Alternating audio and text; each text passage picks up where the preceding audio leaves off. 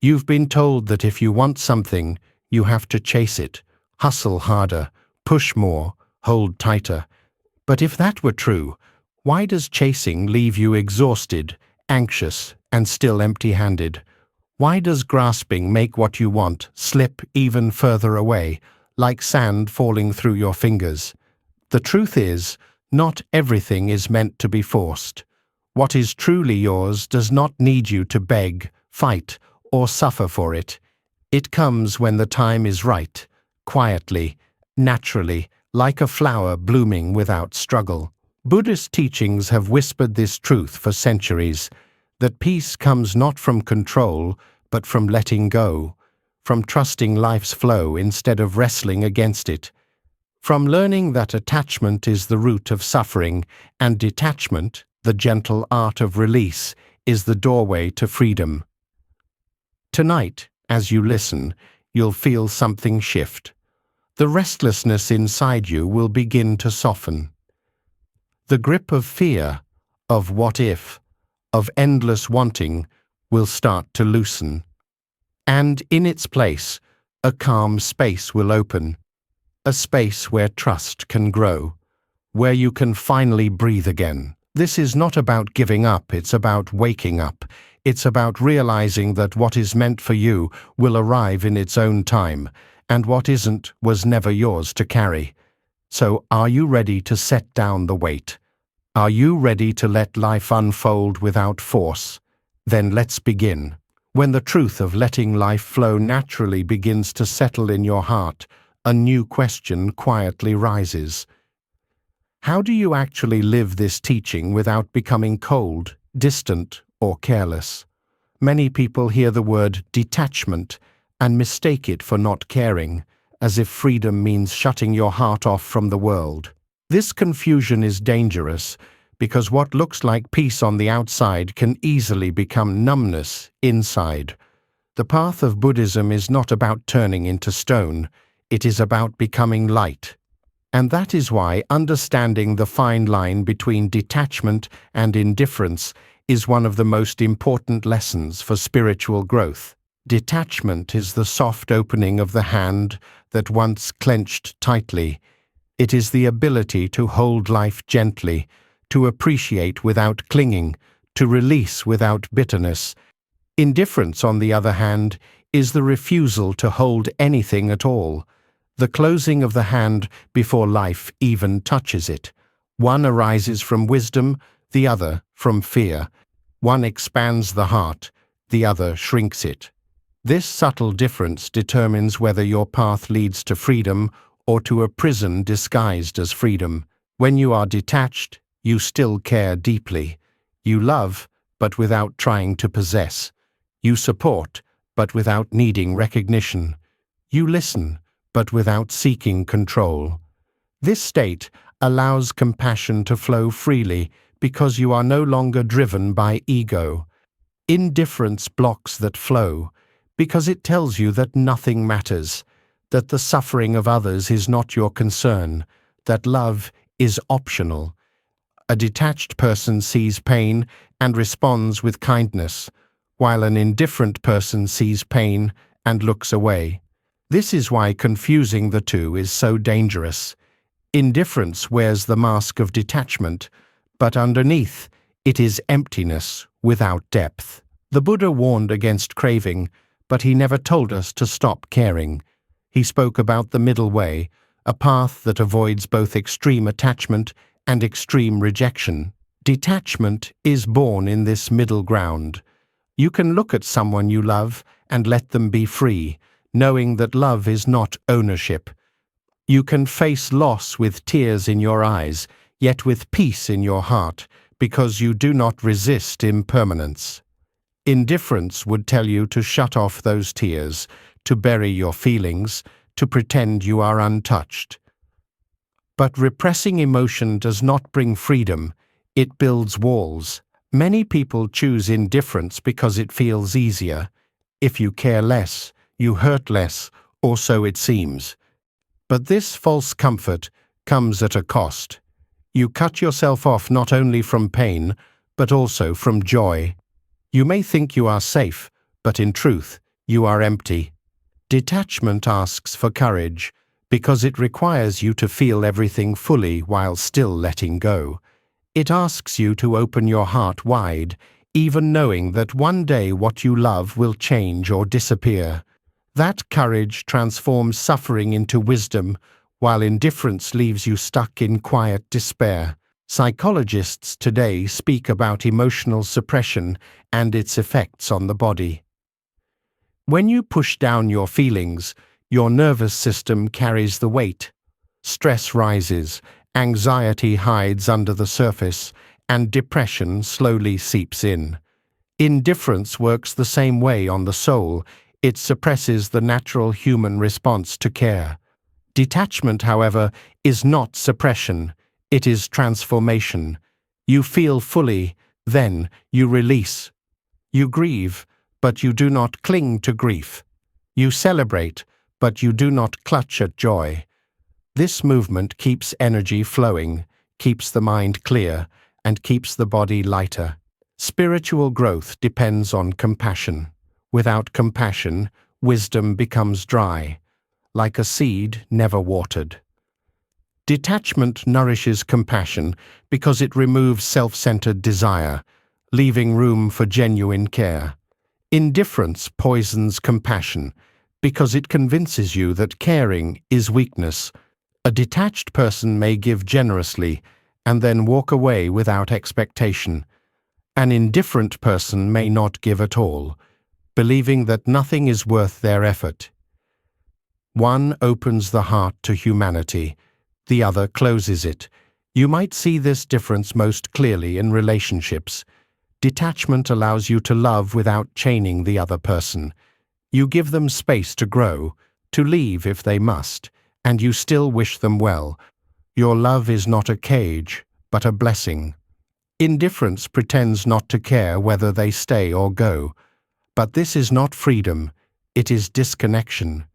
When you are indifferent, you miss the chance to experience intimacy, because intimacy requires vulnerability, and indifference rejects vulnerability. Think of detachment as the clarity of seeing things as they are.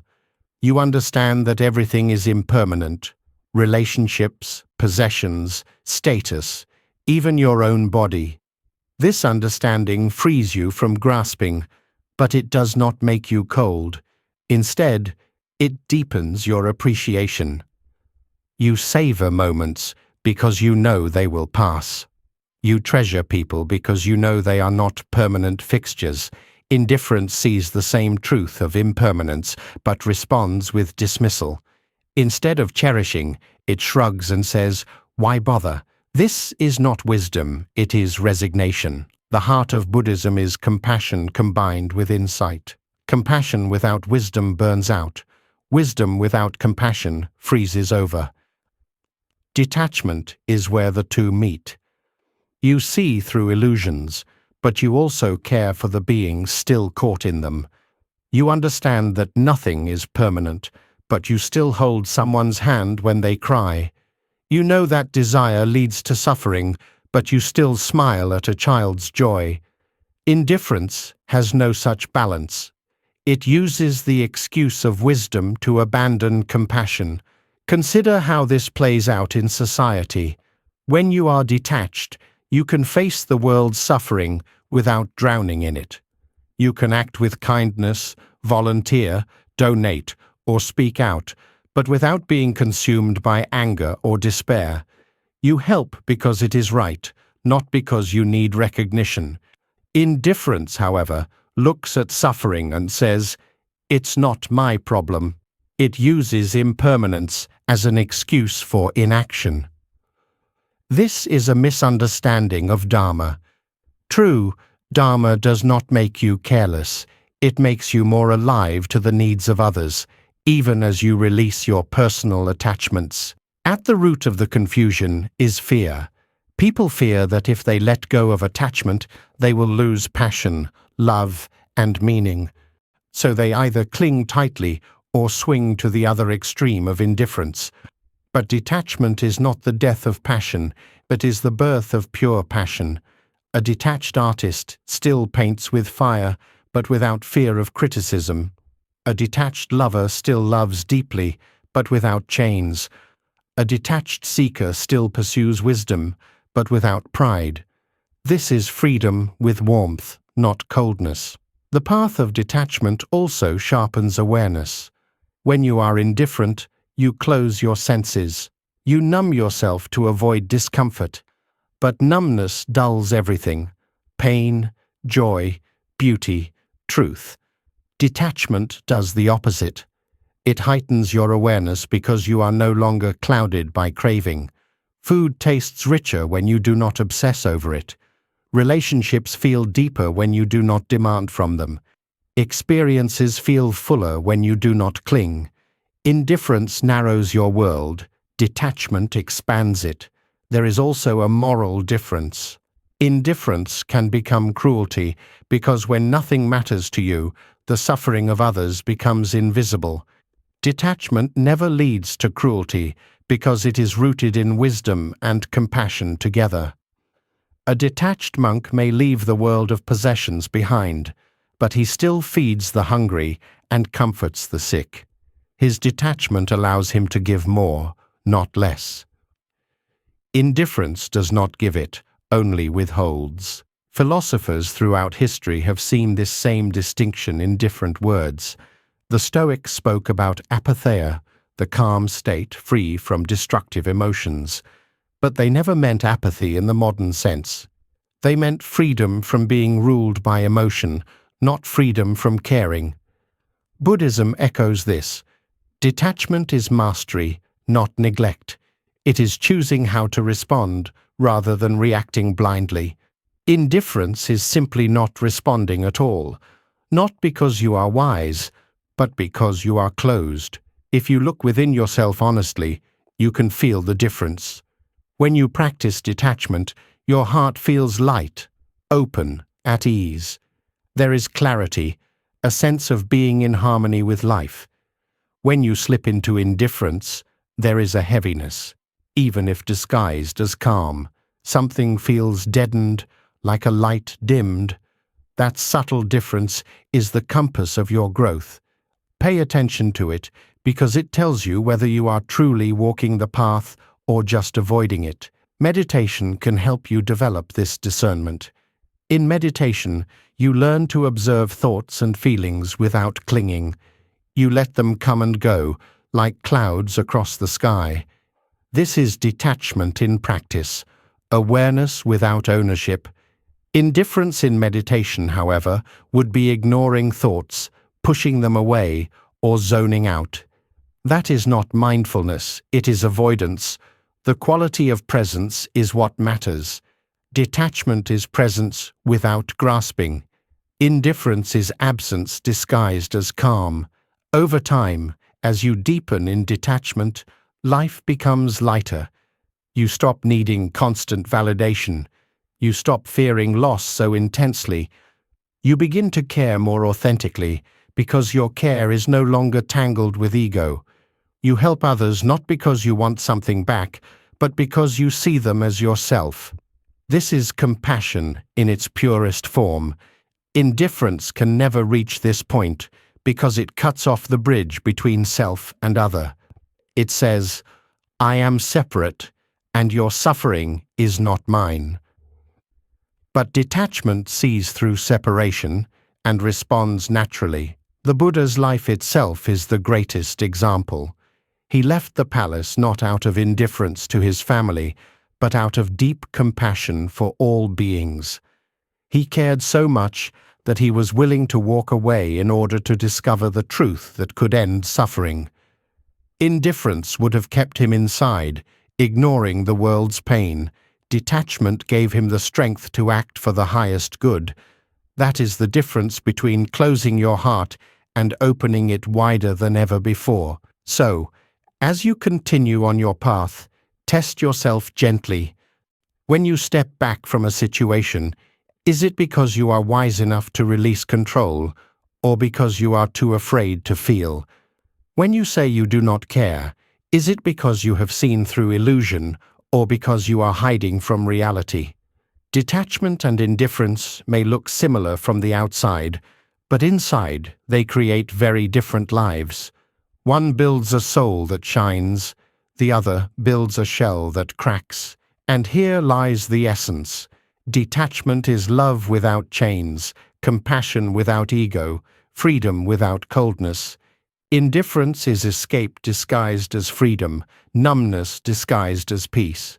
If you want to grow, to truly find the calm strength that Buddhism offers, then choose detachment, not indifference.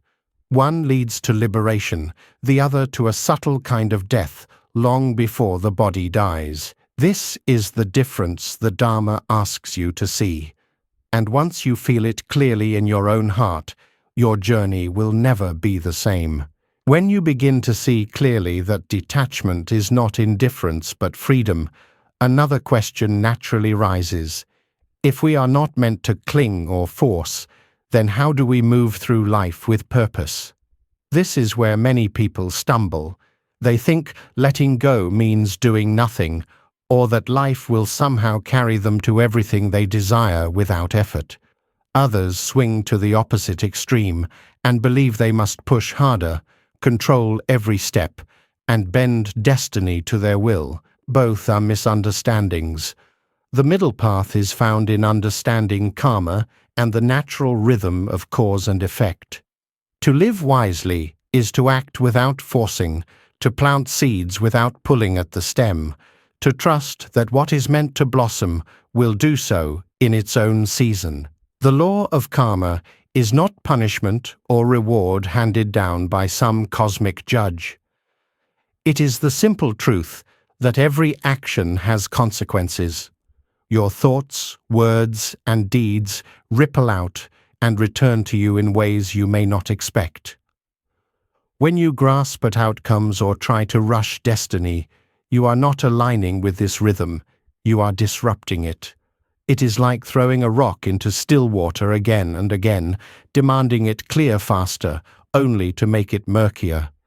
The natural unfolding of karma requires patience, clarity, and trust in timing. The Buddha often compared karma to planting. If you sow seeds of kindness, compassion, and mindfulness, you cannot demand the fruit tomorrow.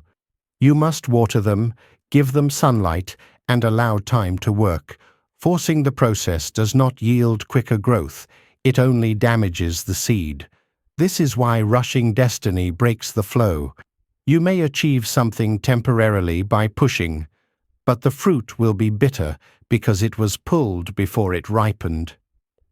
Detachment allows you to plant without clinging, to act with sincerity, but without obsession. Non-forcing is not passivity. It is wise alignment. When you force outcomes, you act from craving. Craving is rooted in the belief that you must have something now, that life is incomplete until it arrives. This mindset is restless, anxious, always measuring progress. Karma works on deeper levels than your impatience. It carries the energy of intention. If your intention is filled with desperation, fear, or greed, the results will carry that same flavor. This is why forcing often leads to disappointment. The energy you put into the world is the energy that returns to you. Consider how this applies to relationships. You may desire love so intensely that you push yourself into situations not meant for you, trying to hold people who are not aligned with your path. In the moment, it feels like action, like seizing destiny. But the outcome is strain, conflict, heartbreak. When you allow relationships to unfold naturally, guided by compassion and clarity, what arises is more stable. Karma does not deny you love, but it teaches you that love must grow in harmony, not under pressure. Non-forcing does not mean sitting still with folded hands. It means acting with awareness, planting the right seeds, and then stepping back to let life breathe. Think of a farmer.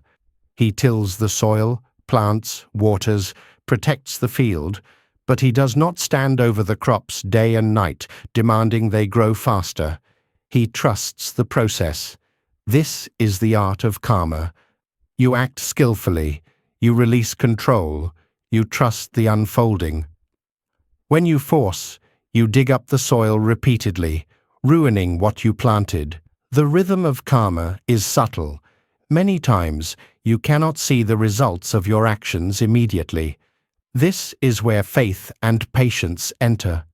The mind that forces cannot bear waiting, because waiting feels like emptiness. But waiting in alignment with Dharma is not empty, it is fertile. Every moment of patience is nourishment to the seed. When you rush, you uproot your own potential. When you trust, you align with a deeper order. Modern life teaches the opposite. We are told that if we hustle enough, grind endlessly, and never stop pushing, we can control everything. But look at the exhaustion, the anxiety, the disconnection this creates. The law of karma is not impressed by hurry. It responds to the quality of your actions, not the speed of your demand. Forcing outcomes breaks harmony because it comes from ego. The ego does not trust timing. The ego believes it must shape the entire universe. Karma is impartial. It does not bend to ego.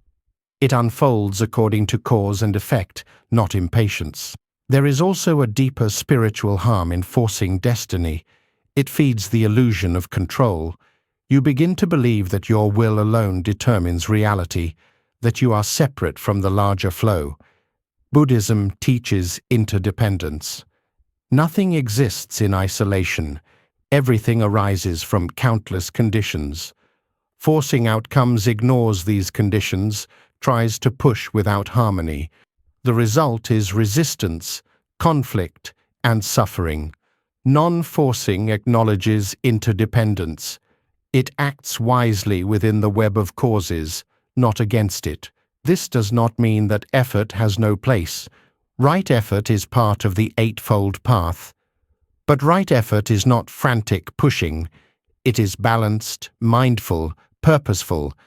It is like guiding a boat with the current rather than paddling furiously against it.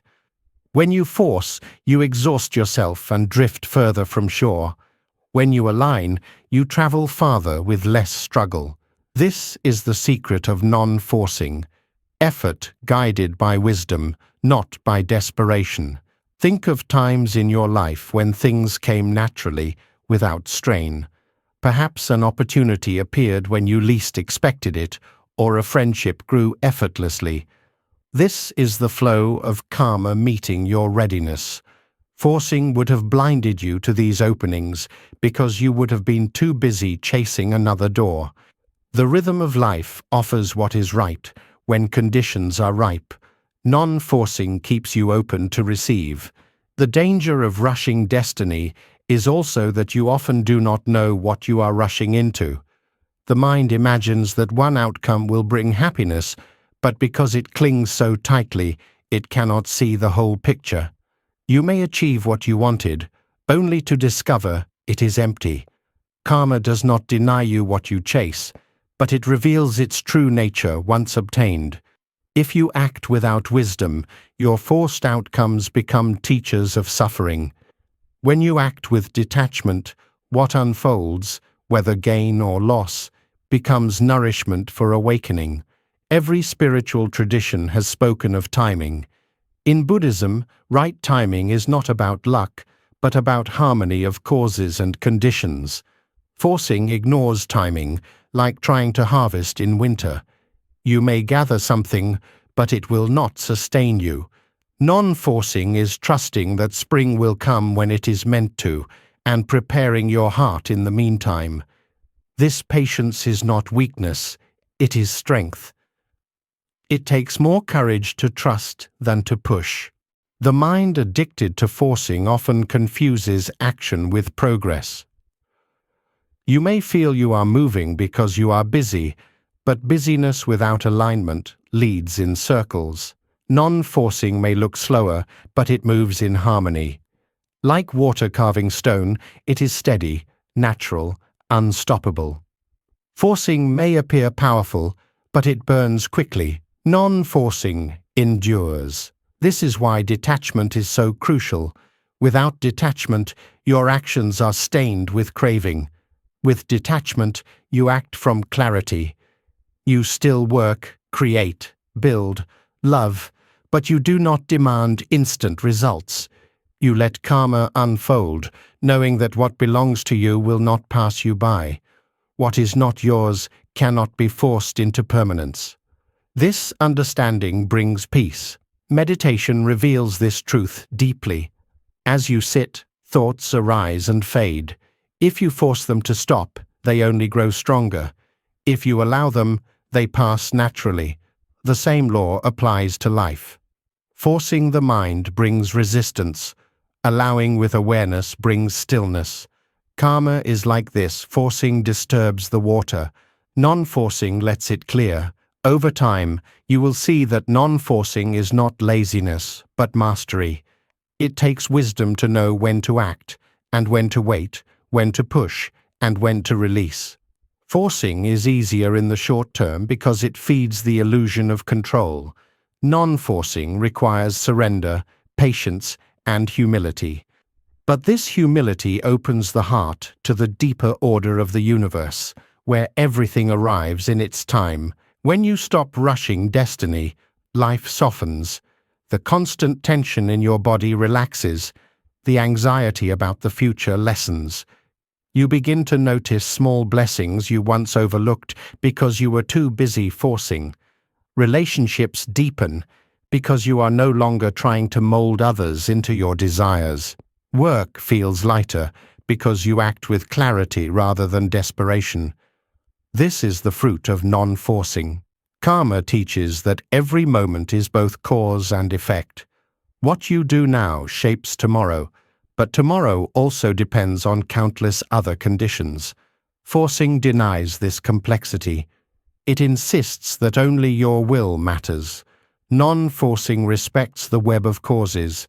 It acts with intention, but it allows space for life to weave its own design. In this space, peace arises. To live in harmony with karma is to see that destiny cannot be rushed, because destiny is not a single fixed event. It is the unfolding of countless causes, shaped by your actions and the actions of others, by conditions beyond your sight. Forcing breaks the flow because it narrows life into one outcome. Non-forcing opens you to infinite outcomes, each carrying its own lesson. When you embrace non-forcing, you begin to see delays not as failures, but as part of the unfolding. You begin to see obstacles not as punishments, but as teachers. You begin to see timing not as against you, but as guiding you. Karma is not in a hurry. It moves at the pace of truth, not of craving. If you align with it, your journey becomes lighter. If you rush, you will always stumble. The wisdom is clear. Act with sincerity, plant seeds of compassion, trust timing, release control. Forcing only creates friction, but non-forcing creates flow. In that flow, life unfolds with more grace than your ego could ever plan. And when you stop rushing destiny, you discover that what is meant for you does not need to be chased. It arrives when the heart is ready to receive. When you learn that forcing life breaks its natural rhythm, another truth quietly shows itself. Much of the pressure we feel to rush, to grasp, to control, comes from desire itself. Desire whispers that without its fulfillment, you are incomplete, that happiness waits just beyond the next achievement, relationship, or possession. Yet if you look closely, every desire, no matter how urgent, no matter how intoxicating, eventually fades. Longing never stays, it always dissolves. To see this clearly is to understand impermanence at the heart of craving, and to free yourself from the endless cycle of suffering it creates. Desire feels permanent when it is burning inside you. In the moment, it convinces you that satisfaction will last forever. You crave a promotion, a new car, a partner, recognition, or even spiritual attainment. You believe that once you achieve it, the longing will disappear and peace will remain. But experience shows otherwise. As soon as the object of desire is gained, the fire begins to cool, and new desires quickly take its place. What seemed so essential yesterday becomes ordinary today. The craving that felt permanent dissolves as naturally as smoke vanishing into the air. The Buddha taught that this cycle arising, burning, dissolving is the nature of all craving. The problem is not that we desire, but that we cling to desire as though it were unchanging. You suffer not because of the object itself, but because you forget impermanence. You mistake a passing wave for a permanent ocean. When you see through this illusion, craving loses much of its power over you. You still experience desires, but you no longer believe they can give lasting happiness. Longing is tied to the illusion of permanence. The mind believes that fulfillment will freeze joy in place, yet nothing in life remains fixed. Relationships shift, possessions decay, status changes, health fluctuates. Even your own emotions move like weather, never staying for long. When you tie your happiness to desire, you tie it to things that will dissolve, and when they inevitably change, disappointment arises. The recognition of impermanence does not make life bleak, it makes life honest. It frees you from chasing shadows and invites you to savor what is here without grasping. There is also the hidden truth that desire itself is exhausting. Each longing carries weight. It occupies your mind, unsettles your body, drives you into restless action. Think of how much mental space is consumed by craving, how often thoughts circle around if only and what if. When longing dissolves, you feel lighter, freer, as though a burden has lifted. The nature of desire is to appear heavy and urgent, but its essence is vapor. By seeing its impermanence, you stop letting it control you. Modern psychology confirms what the Buddha taught. Studies on hedonic adaptation show that humans quickly return to a baseline of happiness after achieving what they wanted. The joy of a new purchase fades within days or weeks. The excitement of success softens into normal routine. Even deep relationships change in feeling over time. This does not mean achievements and relationships have no value. It means their ability to sustain happiness is limited. The suffering arises when you expect them to provide what they cannot. Recognizing this keeps you from being enslaved by endless craving. Desire is not the enemy. What causes suffering is ignorance of its nature. You can allow desires to arise and dissolve without mistaking them for permanent truths. For example, hunger arises. You eat, and the desire fades. You do not cling to hunger or panic when it ends, but with deeper cravings, wealth, recognition, security, you often forget the same impermanence applies. When you learn to observe longing with the same calm awareness you give to hunger, you see it is just another passing condition.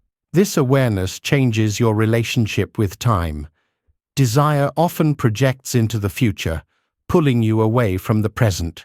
You chase a tomorrow that never truly arrives, because once you reach it, new desires have already appeared. When you see that longing dissolves by nature, you stop postponing happiness. You begin to value presence, because you know fulfillment in the future is fragile. This does not make you passive, it makes you wiser in where you place your energy. There is also a subtle beauty in the dissolving of desire. When one craving ends, space opens within you. That space is clarity. It allows stillness, creativity, and compassion to arise. If desire never dissolved, your mind would be perpetually crowded, leaving no room for depth. Impermanence clears the field, so new growth can happen. The problem is not that desires end, but that you resist their ending. You cling to the fire long after the flame is gone, and in that clinging lies suffering. This truth also reframes loss. Often, what you long for is not just gain, but the prevention of loss, keeping youth, keeping security, keeping loved ones close forever.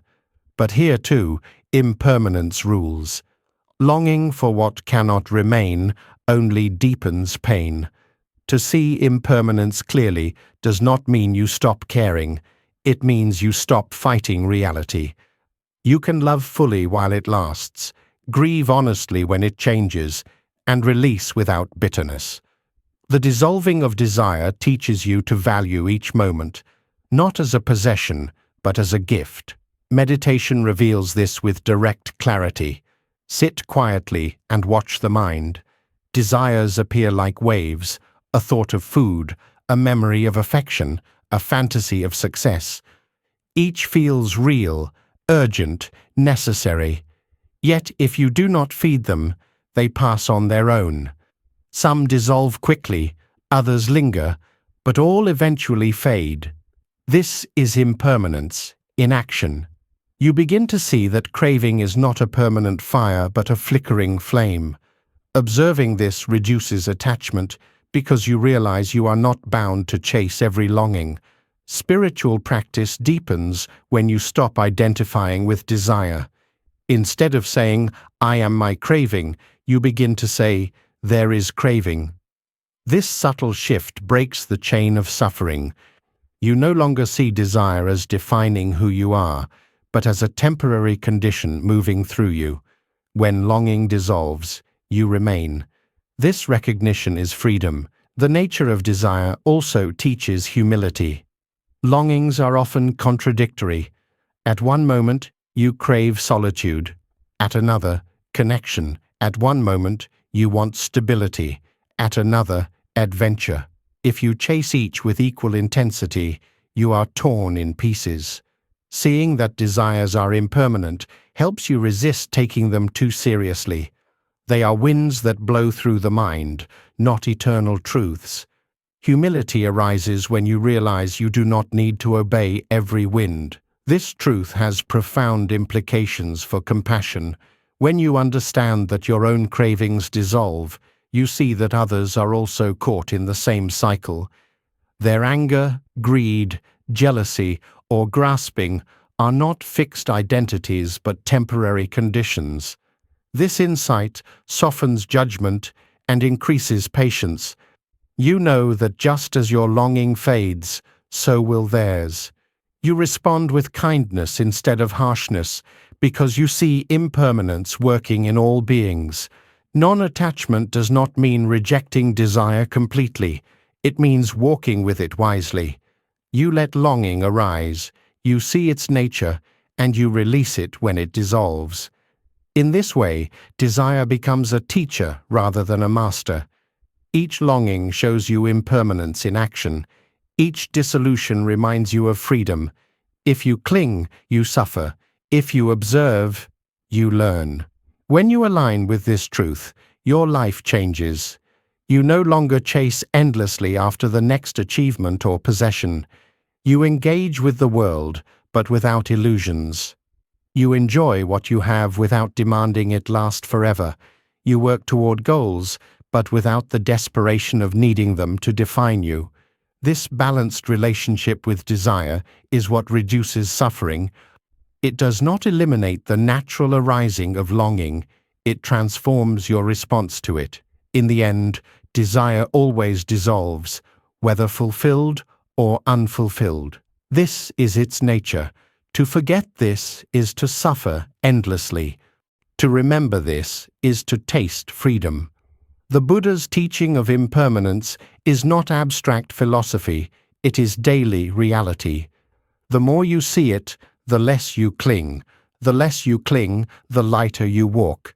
And with each longing that dissolves, a deeper peace takes root, a peace that no temporary desire can ever provide. When the truth of impermanence is deeply seen, a new question begins to surface.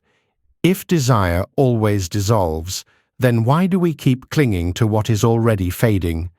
The human heart often resists release, even when holding on brings pain. We grasp at relationships, memories, regrets, and expectations as if our survival depended on them. Yet what we discover through the Dharma is that true healing often begins not in holding tighter, but in letting go.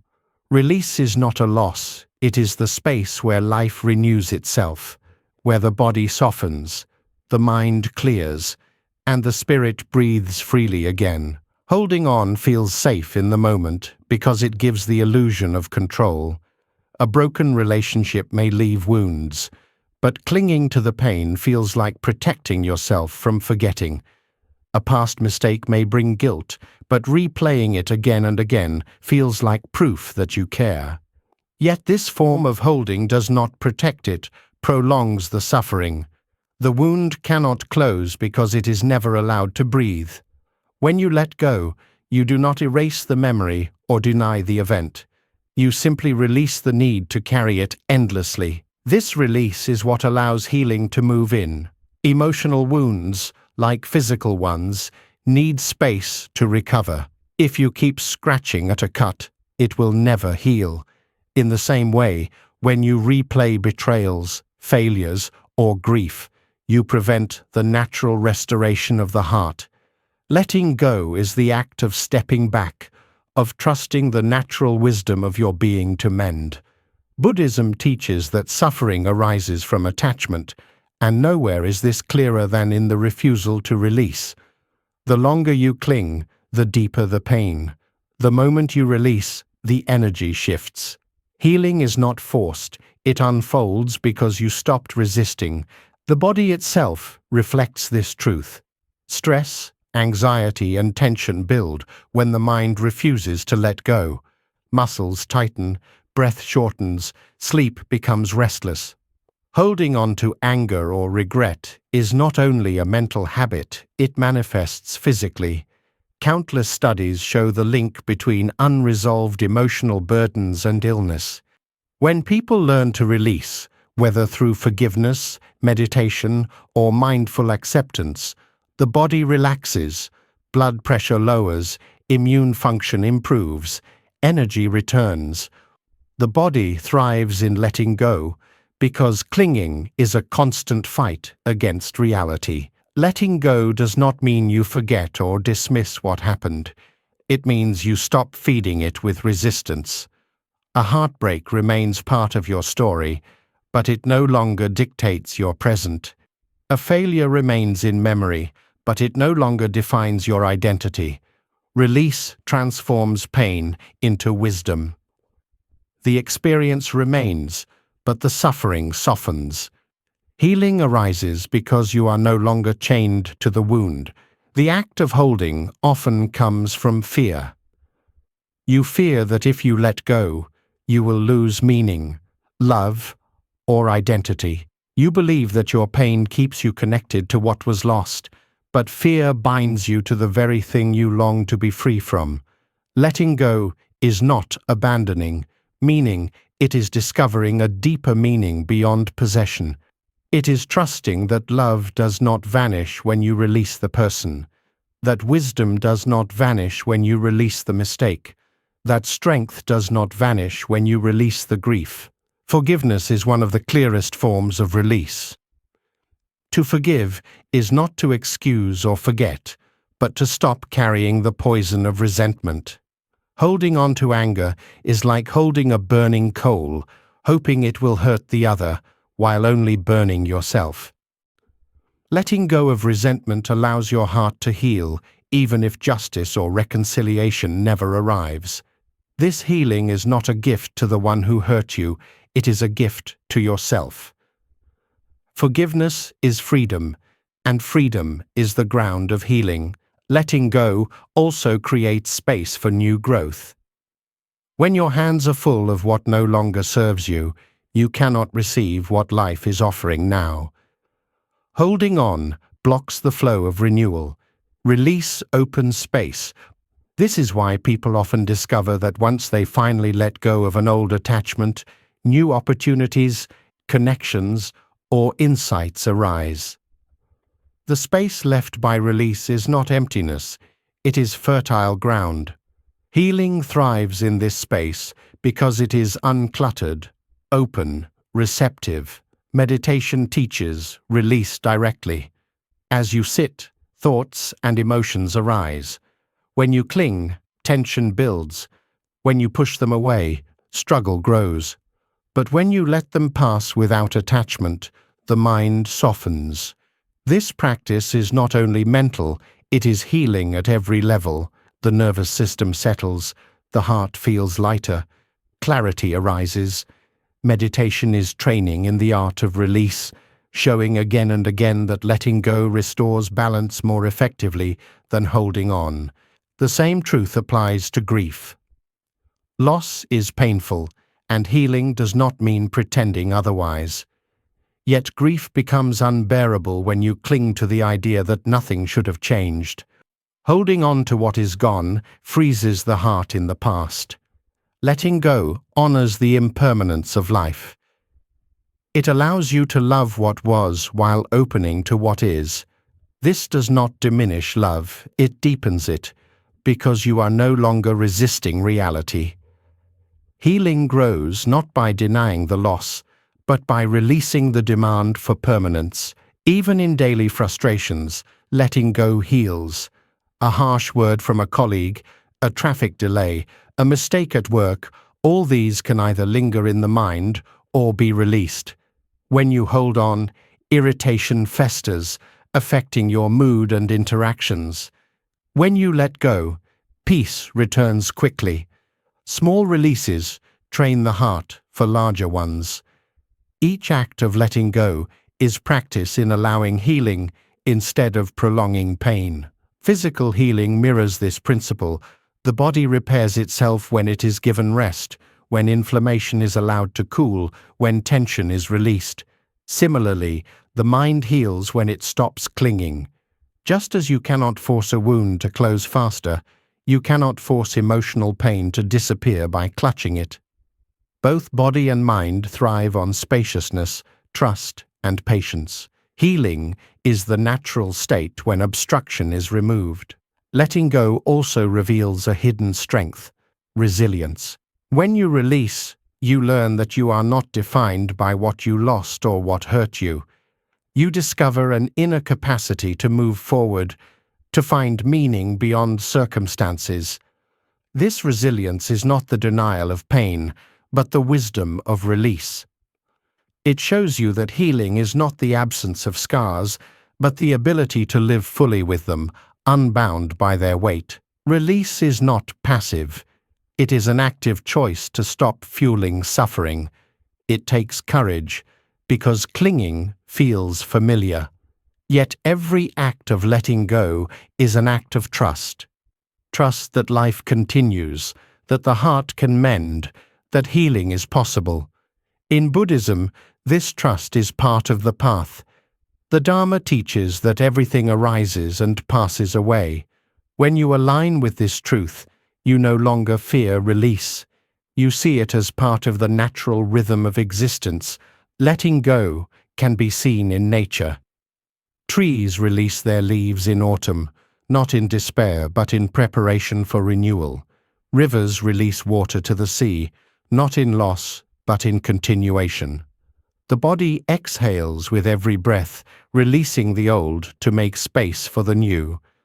Life itself is a rhythm of release.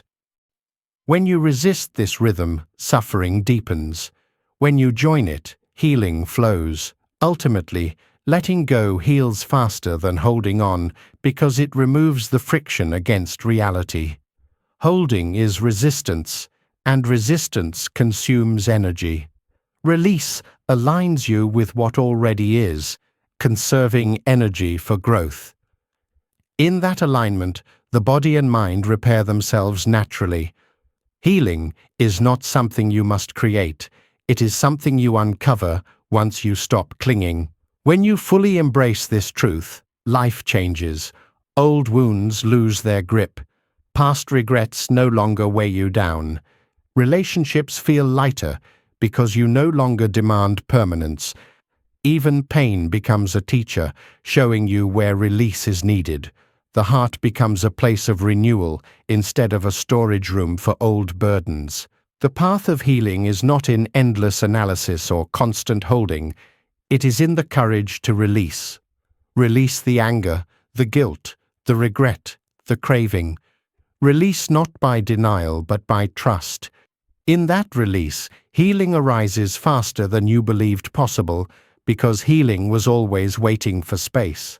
And when you live this way, you discover that letting go is not a weakness but the deepest medicine, restoring both body and soul with every breath of freedom.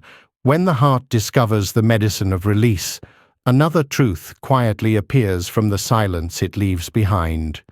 What we once clung to so desperately was never just about the thing itself, but about the emptiness it tried to fill. Desires are not random. They carry hidden messages. What you chase outside often reveals what is missing inside. This is why detachment is not simply a practice of letting go of cravings, but also a way of looking deeper, of seeing clearly what longing is trying to cover up. Beneath every pursuit lies a mirror, and in that mirror you can see your wounds, your fears, your forgotten parts of self. Every desire carries with it a story. The pursuit of wealth may not be about money itself, but about the hunger for security, the wish to never feel vulnerable again. The chase for recognition is not just about status, but about the craving to be seen, to be valued, to be enough. The longing for romance is not only about connection, but often about filling an inner loneliness that has been there for years. To see desire in this way is to understand that the object of the craving is secondary. What it points to within you is the true lesson. Without this insight, you chase endlessly, believing the object will complete you. With this insight, you begin to heal the root emptiness rather than feeding it with endless substitutions. Detachment gives you the distance to see this clearly. When you are entangled in craving, the story it tells feels absolute. If I only had this, then I would be whole. But detachment steps back and reveals another perspective. This desire is showing me where I still feel incomplete. Instead of blindly following the craving, you can learn from it. Each longing becomes a teacher. What you lack reveals itself through what you chase. The practice, then, is not to shame yourself for having desire, but to look at it honestly, as a mirror reflecting your inner state. This mirror of emptiness explains why fulfilled desires rarely bring lasting peace. If the underlying emptiness is not healed, even when you gain what you want, the hunger remains. It may quiet for a moment, but soon another craving arises to take its place. Without understanding, you spend your life decorating the surface of emptiness rather than tending to its depth. Detachment breaks this cycle because it reminds you that no external object can resolve an internal wound. Healing comes not from adding more, but from addressing the emptiness directly. The Buddha taught that craving arises from ignorance, from not seeing clearly. We believe that the world outside can fix what feels broken inside. But when you see through the illusion, craving becomes a doorway into deeper wisdom. Ask yourself, what is this longing trying to cover? What wound is it pointing toward? What fear is hidden beneath this chase? When you inquire in this way, desire transforms from a chain into a guide. It no longer controls you. It shows you where to look. This insight changes how you relate to yourself. Instead of condemning your desires as weaknesses, you approach them as signals. A desire for endless approval might point to a forgotten wound of neglect. A craving for constant busyness may point to a fear of facing emptiness in stillness. A need to control others might reveal insecurity within. Detachment gives you the space to look without judgment, to see these patterns not as flaws, but as invitations to heal. What makes this teaching profound is that emptiness is not a failure. In Buddhism, emptiness is also the truth of all things, that nothing has a fixed, independent essence. The emptiness revealed by desire is not a sign that you are broken, but a reminder of your impermanent, fluid nature. You chase because you forget this. You believe you are missing a permanent peace. But in reality, you are not missing what you feel, as emptiness is the absence of attachment, waiting to be filled not by objects, but by wisdom and compassion. The practice of turning desire into a mirror requires honesty. When a craving arises, instead of rushing to fulfill it, you pause and ask, "What is this showing me about myself?" For example, the longing for luxury may reveal a fear of insignificance. The hunger for endless knowledge may reveal insecurity about worth. The pursuit of beauty may reveal discomfort with vulnerability. Each desire opens a window into your hidden places. When you view them with detachment, you can meet those places with awareness rather than feeding them blindly. This perspective also brings compassion for others. When you see that your cravings reveal your emptiness, you recognize the same truth in others. The person chasing wealth may not be greedy, but deeply insecure. The one obsessed with attention may not be vain, but longing to be loved. The one clinging to possessions may not be selfish, but terrified of loss. Recognizing this softens judgment. Instead of resenting others for their desires, you see the suffering beneath. Compassion arises naturally because you understand that all beings are chasing what they think will heal them. Healing the emptiness revealed by desire requires patience and courage. It is easier to chase external objects than to face inner wounds. The craving distracts you, gives you temporary relief, and lets you avoid discomfort. But when you stop and turn inward, you encounter the raw emptiness itself. At first it feels painful, but within that emptiness is the seed of freedom. By sitting with it, by not running, you discover that it cannot destroy you. It softens, it opens, it reveals space where peace can grow. Meditation is the laboratory for this practice. As you watch the stream of thoughts, desires arise, cravings for comfort, for distraction, for recognition. Instead of indulging or rejecting them, you observe. With time, you begin to notice the deeper patterns. You see the fears behind the cravings, the insecurities behind the stories. This is how meditation transforms desire into a mirror. It slows the process enough for you to see clearly what is usually hidden beneath action. There is also a profound freedom in realizing that emptiness does not need to be filled. The mind believes that emptiness is a problem, a hole that must be covered. But emptiness, when seen without fear, is spaciousness. It is openness. It is the ground where peace rests. The chasing ends not because you have filled the emptiness, but because you see that nothing was missing. This is the highest form of detachment, to rest in emptiness without needing to escape it. This truth is reflected in daily life. Think of the times when you stopped chasing for a moment and allowed yourself simply to be walking quietly, sitting in silence, sharing presence without demand. In those moments, emptiness felt whole. No craving needed to be satisfied. This is not the emptiness of lack, but the emptiness of freedom. What you thought you lacked was only the illusion created by craving. By learning to use desire as a mirror, you turn suffering into a path of growth. Every craving becomes an invitation, not to rush outward, but to look inward. Each longing points to a place where compassion is needed. Each pursuit reflects where you still hold wounds. When you meet those wounds with awareness, they begin to heal. The chase loses its power because the inner lack is cared for. What once felt like emptiness now becomes clarity. When this way of seeing deepens, life feels lighter. You no longer exhaust yourself running after illusions. You no longer measure your worth by what you gain or lose. You no longer fear emptiness because you see it as the natural ground of being.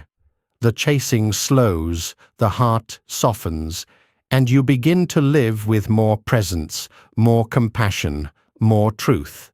The mirror of emptiness is not a threat, it is a gift. It reveals where healing is needed and shows you the futility of chasing shadows.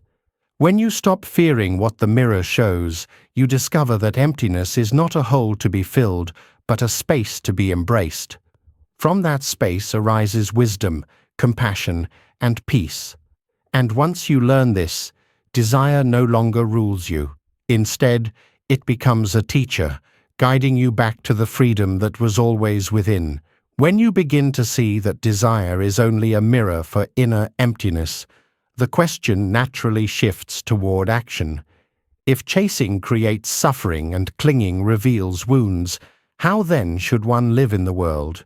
The answer does not lie in withdrawal or apathy, but in learning the art of effortless alignment.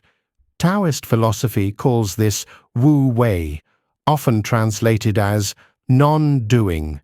It is not about inactivity, but about living in such deep harmony with the flow of life that actions arise naturally, without strain, without forcing, and without resistance.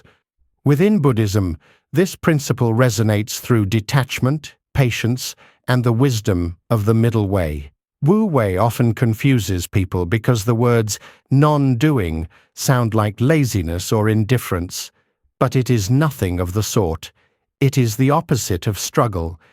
It is the experience of being so attuned to reality that your choices are not made from craving, fear, or control, but from clarity and trust. It is when you act without resistance to what is, and in doing so, your actions carry a kind of ease that forced effort can never achieve. Buddhism echoes this through its teachings on right effort, effort that is balanced, wise, and free of attachment to results. When you live in alignment, life does not feel like a constant battle. You still act, work, and make choices, but they flow more naturally. There is no pushing against the current, no grasping at outcomes. This kind of action has a quiet power. It allows results to arise in their proper time without being distorted by impatience. Detachment in Buddhism creates the mental space for this state, because once you are free from clinging, you no longer act from desperation. Wu Wei is action without forcing, detachment in motion. In Taoism, the sage is compared to water. Water flows without resistance, finds its way around obstacles, and nourishes everything it touches without struggle. In Buddhism, this same principle is seen in patience and compassion. The Buddha taught that forcing against the truth of impermanence brings suffering, while acceptance allows peace. Wu Wei reflects this same wisdom. When you align with the natural rhythm, life carries you forward effortlessly. The strain disappears because the resistance has been released. In daily life, this principle shows itself clearly. Think of the times you pushed relentlessly for something, only to exhaust yourself with frustration. Contrast this with the times when you allowed things to unfold while staying attentive and responsive. The results often came more smoothly, with less struggle, and in ways you could not have predicted. This is Wu Wei in practice, acting when it is time, resting when it is not, and trusting the timing of life. Buddhism calls this patience, not as passive waiting but as wisdom that knows all things ripen when conditions are ready. Wu Wei is also about clarity of intention. When you act from craving, your choices are clouded, restless, and distorted. When you act from alignment, your mind is clear. You respond rather than react. In meditation, this can be felt directly. When you try to force the mind into silence, it resists. But when you sit with gentle awareness, silence comes naturally. The stillness arises not by control but by release. This is the art of effortless alignment. Silence is not forced but allowed. This principle also connects to compassion. When you act with force, even if your intention is good, your action carries strain. You may try to fix others, control outcomes, or impose your vision of what is right. But when compassion flows effortlessly, it does not demand or manipulate. It meets suffering with presence and responds with care that is natural, not calculated. This is why Buddhist detachment enhances compassion. Once you let go of clinging, your kindness no longer seeks reward. Wu Wei is compassion without agenda, pure responsiveness to the needs of the moment. One of the greatest difficulties in human life is the constant belief that we must control everything. Wu Wei dissolves this illusion. It reminds you that life is interconnected, that outcomes depend on countless causes beyond your control. When you stop forcing, you leave space for these conditions to align naturally. Buddhism teaches dependent origination, that everything arises due to conditions. Wu Wei is the practical expression of this, aligning with conditions rather than fighting them. This does not mean passivity. To live in Wu Wei is to be deeply engaged, but without the arrogance of control. The farmer plants seeds, waters the soil, tends the crops, but does not demand the harvest arrive tomorrow. The healer gives medicine, but trusts the body's own wisdom to recover. The teacher shares knowledge, but allows the student's readiness to shape their learning. This is effortless alignment, acting wisely, without clinging to immediate results. Buddhism describes this as skillful means, knowing how and when to act in harmony with causes and conditions. Wu Wei also reveals itself in creativity. Artists often describe moments when their work flows effortlessly, as though it is creating itself through them. Athletes speak of being in the zone, where movement happens without conscious struggle. These states are glimpses of effortless alignment.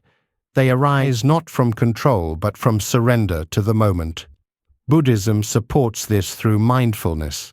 Being fully present allows action to flow with ease, without distraction or resistance.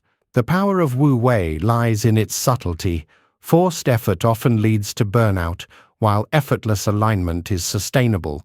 It conserves energy because you are no longer fighting reality. You move with it, not against it. This is why patience is so important in Buddhism. It is the willingness to let things unfold in their own rhythm, knowing that rushing only creates tension. Wu Wei is patience in motion, the dance of stillness and action combined. Living this way also transforms relationships. Forcing others to meet your expectations creates conflict. Aligning with their nature allows harmony. This does not mean tolerating harm, but responding without the burden of control. You let people be who they are while acting wisely in response. Detachment prevents you from demanding, and Wu Wei allows your presence to bring peace rather than pressure. Relationships built on effortless alignment feel lighter, freer, more authentic. Another dimension of Wu Wei is trust. It asks you to trust the flow of life, to believe that what needs to unfold will unfold. This trust is not blind faith, but an understanding of impermanence and karma. You act skillfully, you plant good seeds, and then you release the outcome. Wu Wei is this release, the confidence that you do not need to pull at the stem to make it grow. Buddhism calls this trust in Dharma, the law of truth that carries life forward, whether or not you cling. The practice of Wu Wei also helps dissolve fear. Much of human anxiety arises from trying to control what cannot be controlled. When you accept the rhythm of life, fear lessens. You act when it is time, you rest when it is not, and you trust that what is yours cannot be lost. This calmness is not indifference, but deep alignment. Fear loses its grip because you are no longer fighting time, no longer demanding permanence. In meditation, the principle becomes even clearer. Breath flows naturally. If you try to force it, it becomes uneven and strained. When you let it be, it deepens on its own. Thoughts arise and fade. If you try to suppress them, they multiply. If you allow them, they dissolve. This is the art of non-doing in direct experience. Wu Wei is not about abandoning discipline, but about finding the discipline of ease, effort, that does not feel like struggle. Ultimately, effortless alignment is the natural state of being when attachment is released. Forcing comes from craving and ignorance. Non-doing arises from wisdom and trust. Buddhism and Taoism meet here. Both teach that peace comes not from conquest, but from harmony. Not from control, but from alignment. Wu Wei is the living expression of detachment. It is what happens when the mind no longer grasps, when the heart no longer fears, when action arises from stillness. When you live in this way, life feels lighter. Work does not exhaust you. Relationships carry less conflict. The mind settles into presence. Healing flows more naturally. Opportunities arise without strain. You begin to see that life was never meant to be wrestled into submission. It was meant to be met with clarity and trust. Effortless alignment is not something extraordinary.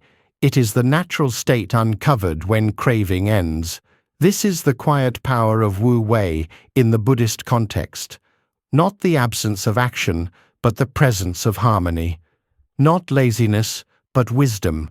Not indifference, but patience. It is the art of letting life carry you without resistance, while still planting seeds of compassion and acting with care.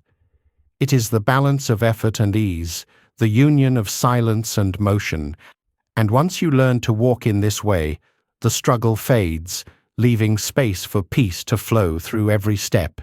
When life begins to feel lighter through effortless alignment, another burden quietly reveals itself, the unseen weight of expectations. Unlike possessions, which can be put down or given away, expectations cling to the mind and press on the heart. They are invisible contracts we write with the world, with others, and with ourselves, often without realizing it. And yet they weigh more than any physical object, because they bind us to disappointment, frustration, and restlessness. If attachments tie us to things, expectations tie us to illusions, and those illusions block the natural unfolding of life. Expectations feel natural because they grow silently from desire. You expect others to treat you the way you treat them. You expect success to come after effort, love to follow kindness, happiness to arrive after sacrifice. These expectations sound reasonable, but the world does not operate by personal contracts. Life unfolds according to countless causes and conditions beyond your control. When expectation meets reality, conflict arises. The heavier the expectation, the deeper the wound when it is unmet. Unlike possessions, which you can release with practice, expectations live inside your assumptions. They bend perception and bind you to suffering without you even noticing. The Buddha spoke often of craving and clinging as the root of suffering. But within craving lies expectation. The moment you desire something, your mind begins to predict how it should arrive, when it should appear, and what it should look like. This prediction hardens into expectation. When life delivers something different, disappointment follows. What you suffer from is not always the event itself, but the gap between expectation and reality. The harsh word hurts less by itself than by how much it shatters the expectation of kindness. A delay in progress feels heavier, not because of the delay, but because it did not match the expectation of speed. This weight is heavier than attachments to possessions, because possessions are external. You can see them. You can feel them. You can choose to part with them. Expectations are internal and often unconscious. They shape how you see every moment. They dictate how you interpret experiences. They become the lens through which you judge yourself and others. To carry expectations is to carry an invisible cage wherever you go. The bars are not made of objects, but of assumptions about how life should be. One of the most subtle forms of expectation is self-expectation. You expect yourself to be stronger, wiser, more successful, less flawed. These inner demands drive constant dissatisfaction. Even when you achieve something, the mind immediately raises the bar. No achievement ever feels enough, because expectation shifts like the horizon. It recedes as you approach. This inner weight is exhausting, and it robs you of peace. Detachment teaches you to release possessions, but the deeper practice is to release expectations of yourself. Only then can you experience the freedom of simply being. Expectations of others are equally heavy. You expect your partner to love you in a certain way, your friends to understand without explanation, your children to fulfill your hopes, your colleagues to respect your efforts. Each expectation builds a silent condition for your happiness. When others fail to meet it, resentment grows. Yet often, they never agreed to these terms. They are living their own causes and conditions, just as you are. To demand that they match your script is to fight reality. Letting go of these expectations does not mean tolerating harm or neglect. It means releasing the burden of demanding that others fulfill roles they may never have chosen. In that release, relationships breathe. Expectations of life itself are the broadest and heaviest.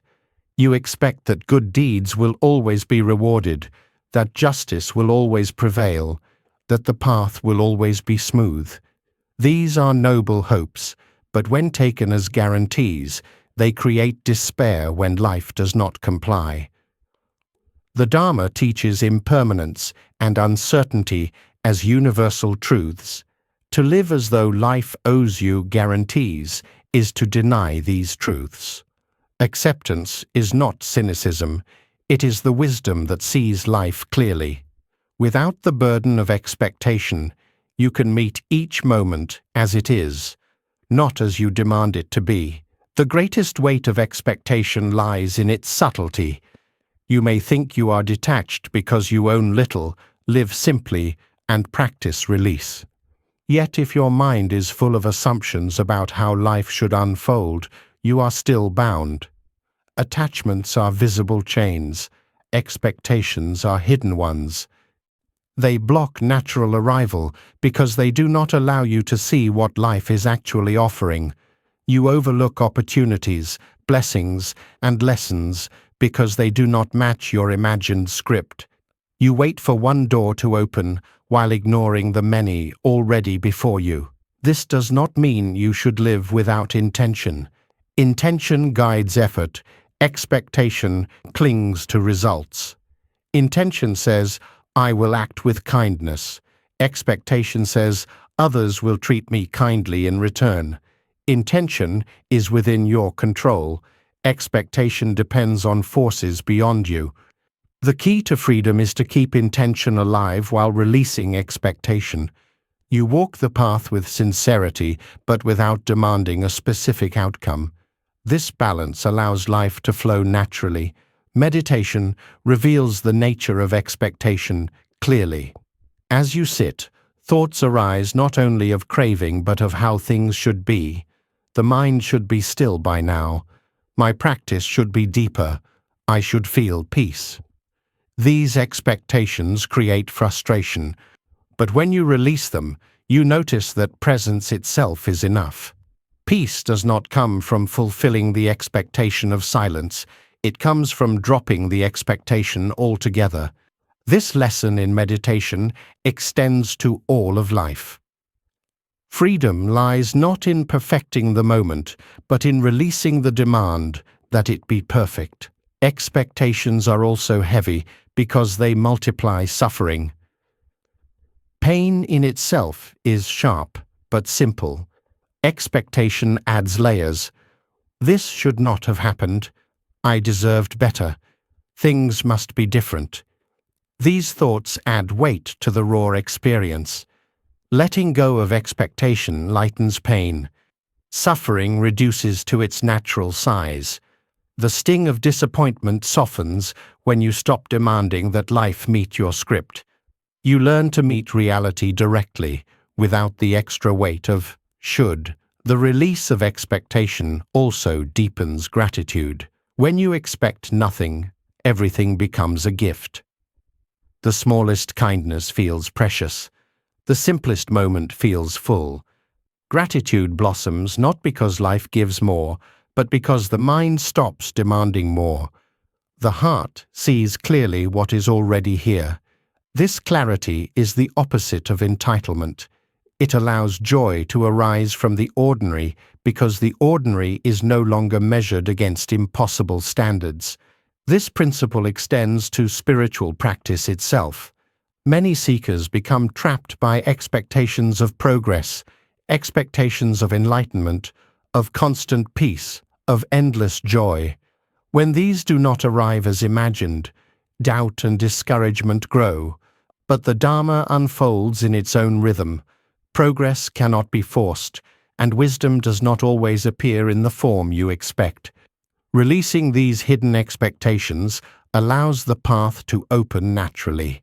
You learn to value presence over progress, sincerity over milestones. In doing so, growth unfolds more authentically. Letting go of expectation is not abandonment of hope or effort.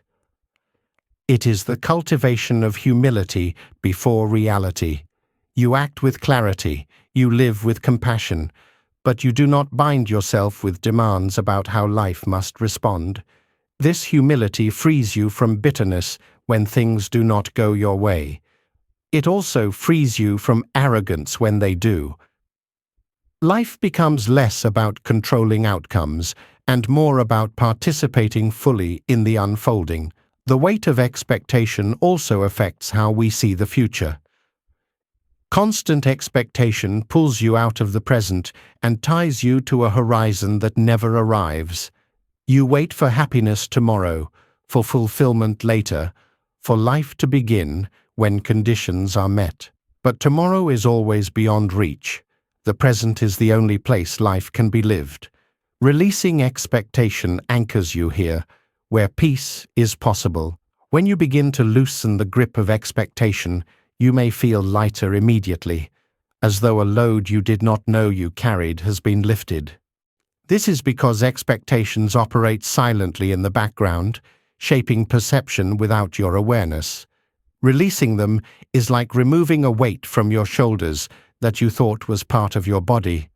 Suddenly, the mind has space, the heart has ease. Life feels less like a burden and more like a gift. This practice is lifelong. Expectations will arise because the mind is conditioned to predict and assume. But with awareness, you can meet them gently. You can notice, this is expectation, not reality.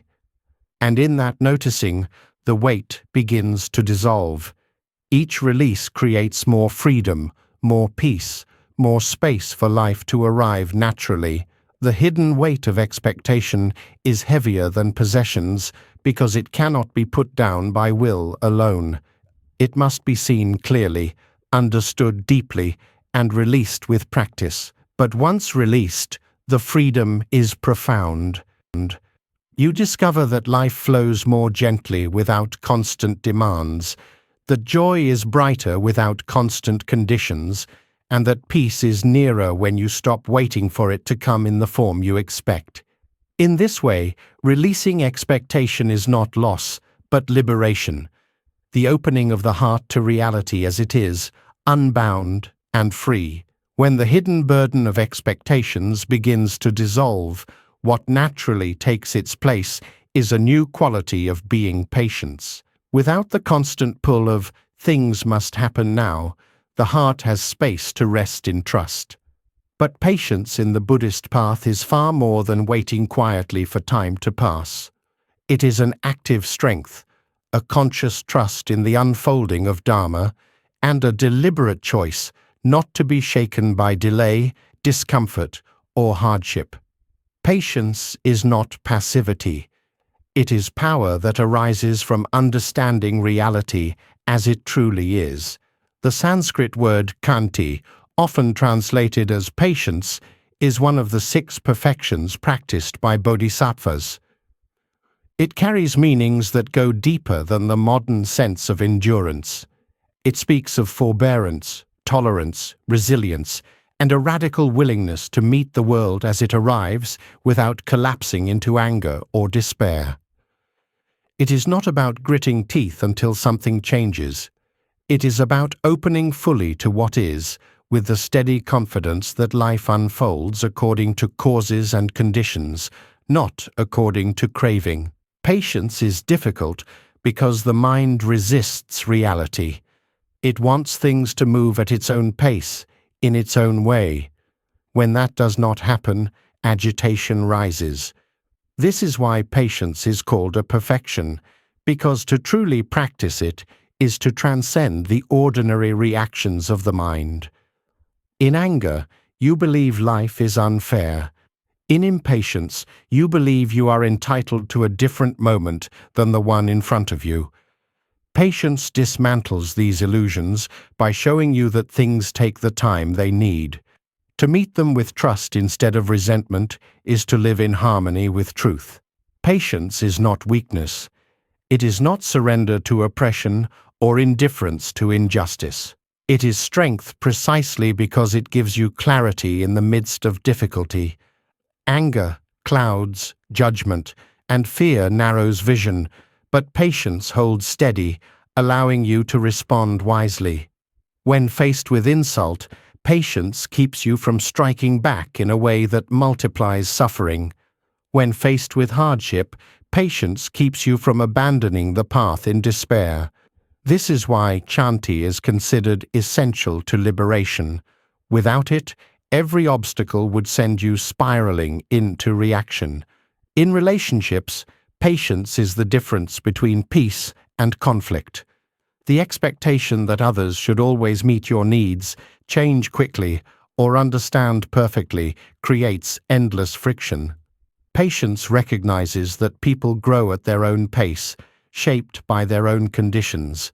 It allows you to support without forcing, to love without demanding. This patience does not mean tolerating harm or abuse. It means responding from wisdom rather than from reactive anger.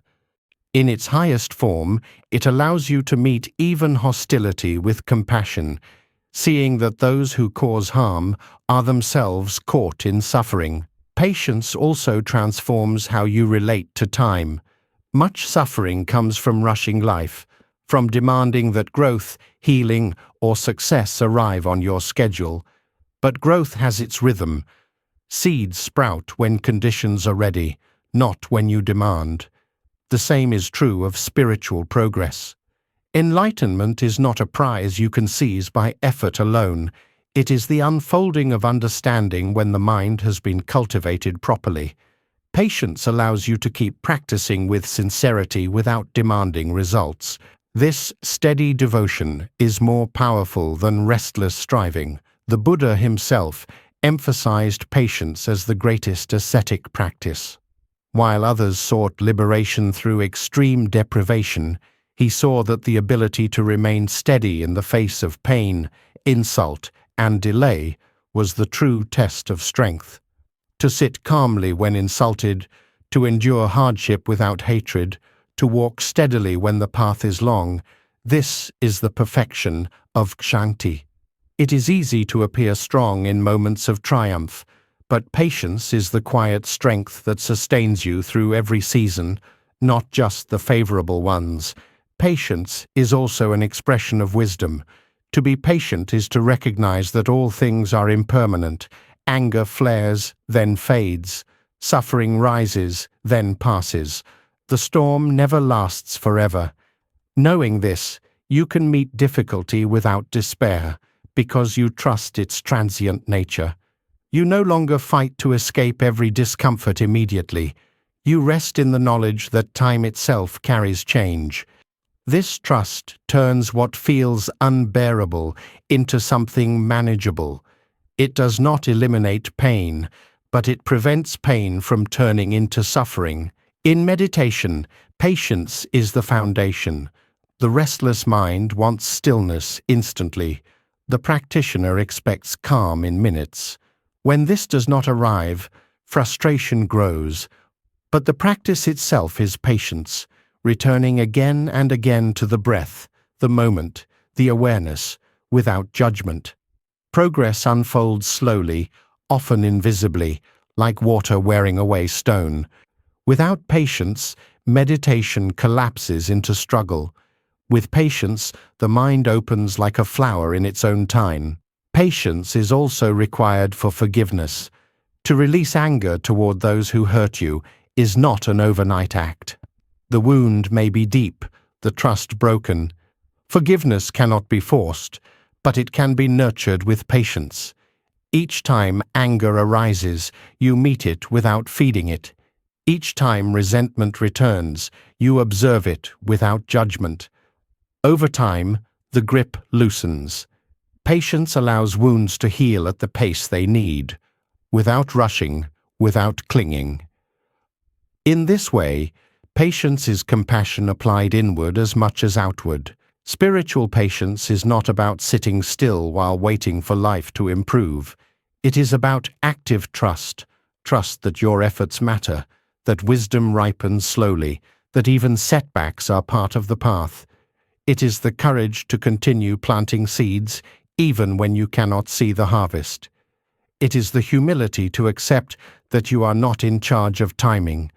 This humility softens the ego, because impatience is always ego demanding its way. Patience surrenders the ego's timetable and bows to the rhythm of Dharma. There is also patience with yourself. Too often, the hardest expectations are directed inward. You want to be calm immediately, wise immediately, free of flaws immediately. But human growth is uneven, marked by progress and regression. Patience with yourself is the willingness to keep walking without condemnation, to meet your own imperfections with understanding. This patience prevents the spiral of guilt and self-criticism that blocks growth. It allows you to see yourself as a work in progress, worthy of compassion at every stage. Patience also expands perspective. When you are impatient, the mind narrows to the immediate discomfort. Patience widens vision, reminding you of the bigger picture. You see that difficulties are temporary, that growth requires time, that truth is not revealed all at once. This broader vision brings peace because it reduces the urgency of every moment. You no longer demand instant resolution. You see the value of process. The perfection of patience is not easy. It requires practice in small things as well as large. Each moment of irritation is an opportunity to cultivate it. Waiting in line, facing delays, enduring criticism, all become practice grounds. Instead of reacting with anger, you can breathe, observe, and let the feeling pass. Each act of patience strengthens the mind. Over time, it becomes natural. What once agitated you deeply no longer disturbs you. This is not repression, it is mastery. In society, patience is often undervalued. Speed, productivity, and immediate results are glorified. But spiritual patience offers a deeper success. It builds resilience, peace, and clarity. It allows communities to resolve conflict without escalating violence, to endure hardship without despair, to pursue justice without hatred. A world with more patience is a world with less suffering. Ultimately, spiritual patience is the expression of trust in Dharma. It is the recognition that life unfolds according to truth, not according to personal demand. It is the strength to walk the path steadily, without rushing, without forcing, without despair. It is the gentle but unshakable power that allows the heart to remain open, even in the face of difficulty. To cultivate this perfection is to discover that patience is not waiting for life. It is living fully within it, with trust, with steadiness, and with peace. When the mind learns patience and begins to trust the slow unfolding of the Dharma, another trap reveals itself, one that pulls us away from both patience and presence, the endless grip of what if. These two words are deceptively small, but they carry immense weight. They drag the heart into alternate realities where you replay the past or imagine futures that never come. They create whole worlds of illusion that feel real but exist only in thought. The freedom you long for cannot be found in these phantom landscapes.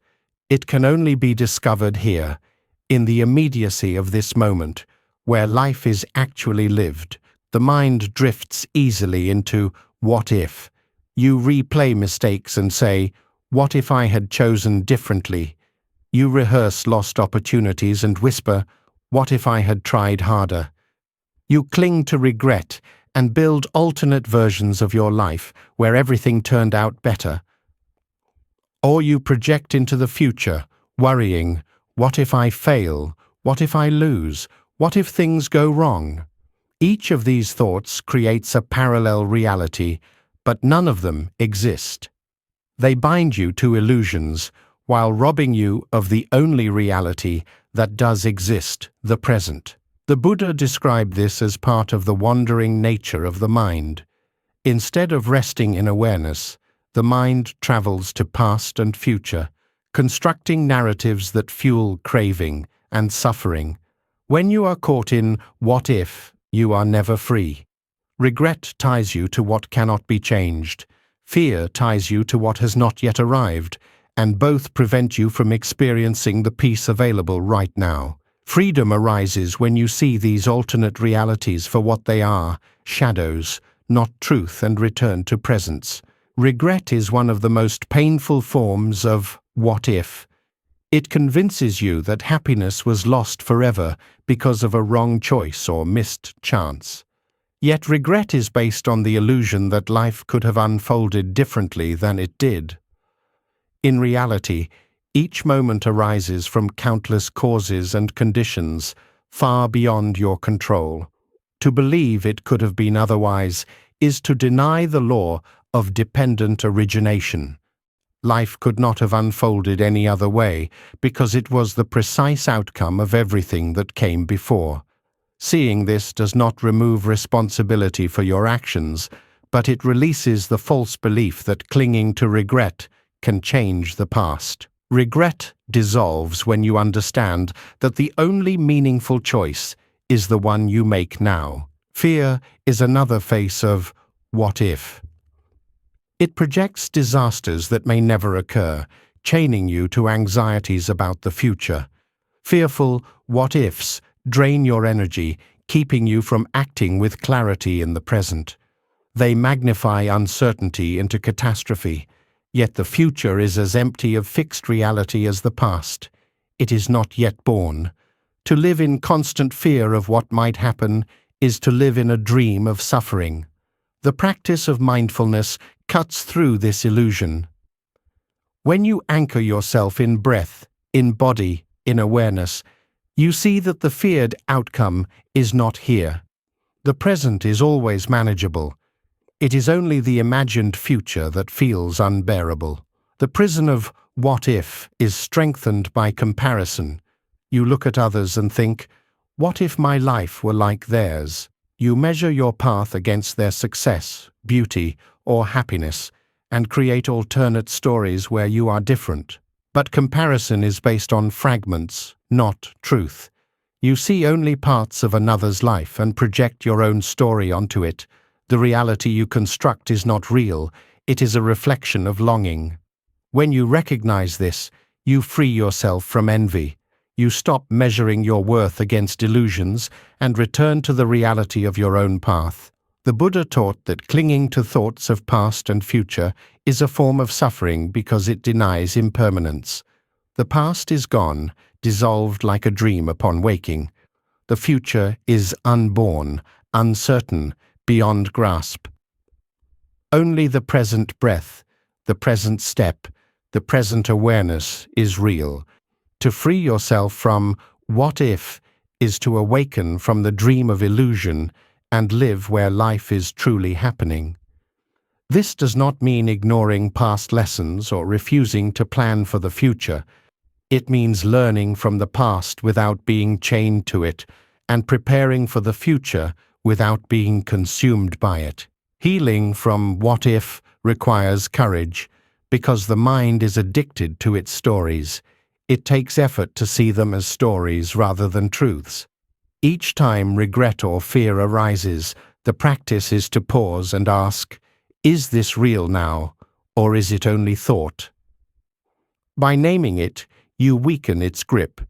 By returning to the present, you reclaim your freedom. Over time, the mind learns to rest more often in awareness, less often in illusion. Compassion plays a role here as well. Much of the suffering from what if arises from harshness toward yourself. What if I had been better, smarter, stronger? Compassion answers, you did what you could with the understanding you had. Life unfolded as it did. The lesson now is to forgive yourself, to hold the past with gentleness rather than punishment. Compassion allows you to release the chains of regret and use your energy for growth instead of self-condemnation. Letting go of what if also deepens relationships. Many conflicts persist because people replay the past. What if you had treated me differently? What if I had spoken differently? These rehearsals prevent true reconciliation. By releasing alternate versions of the past, you open to the reality of the present connection. You meet the person before you as they are now, not as they were in your imagined stories. This openness creates space for healing and understanding. Meditation is a direct path to freedom from what if. When you sit, the mind will wander to alternate realities. Instead of fighting, you observe, there is regret, there is fear. You return to the breath, to the body, to presence. Slowly, you train the mind to distinguish between reality and illusion. Over time, the wandering lessens. The mind tastes the peace of resting in what is. Each moment of presence is liberation from countless what-ifs. Life becomes lighter when you stop carrying these alternate realities. You no longer replay endless scenes of the past. You no longer rehearse disasters of the future. You live with clarity, responding to each moment as it comes. Energy once trapped in illusion becomes available for creativity, kindness, and joy. The freedom beyond what if is not a distant goal. It is the simplicity of being here, unchained by shadows. Ultimately, the Dharma shows that what if is only another form of craving. It craves a different past, a different future, a different self. But craving is always unsatisfied because it clings to what cannot be. Detachment dissolves this craving by showing that life is enough as it is, imperfect, impermanent, but real. When you release what if, you do not lose possibility, you gain freedom. You step out of the endless maze of alternate realities and into the living truth of this moment. This freedom is the essence of awakening.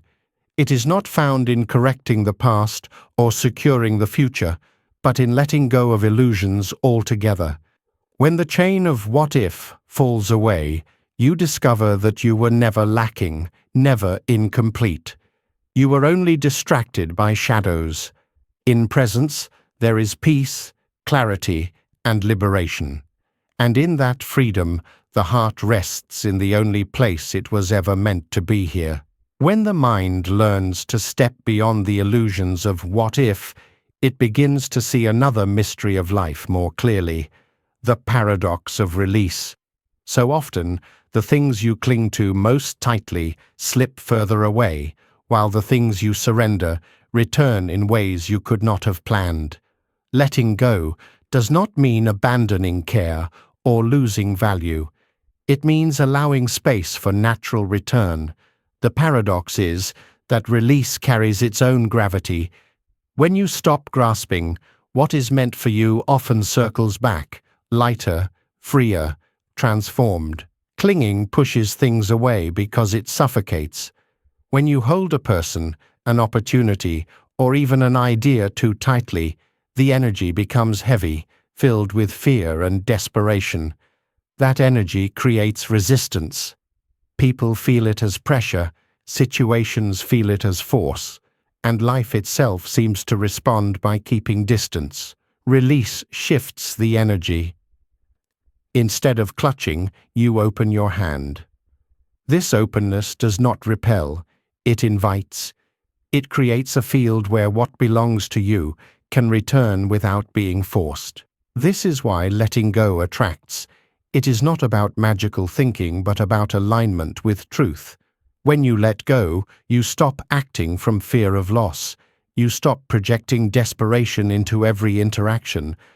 You no longer distort reality with constant demand.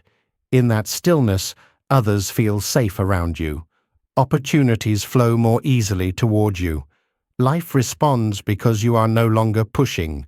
The very act of non-grasping creates a kind of natural magnetism. Relationships offer the clearest example.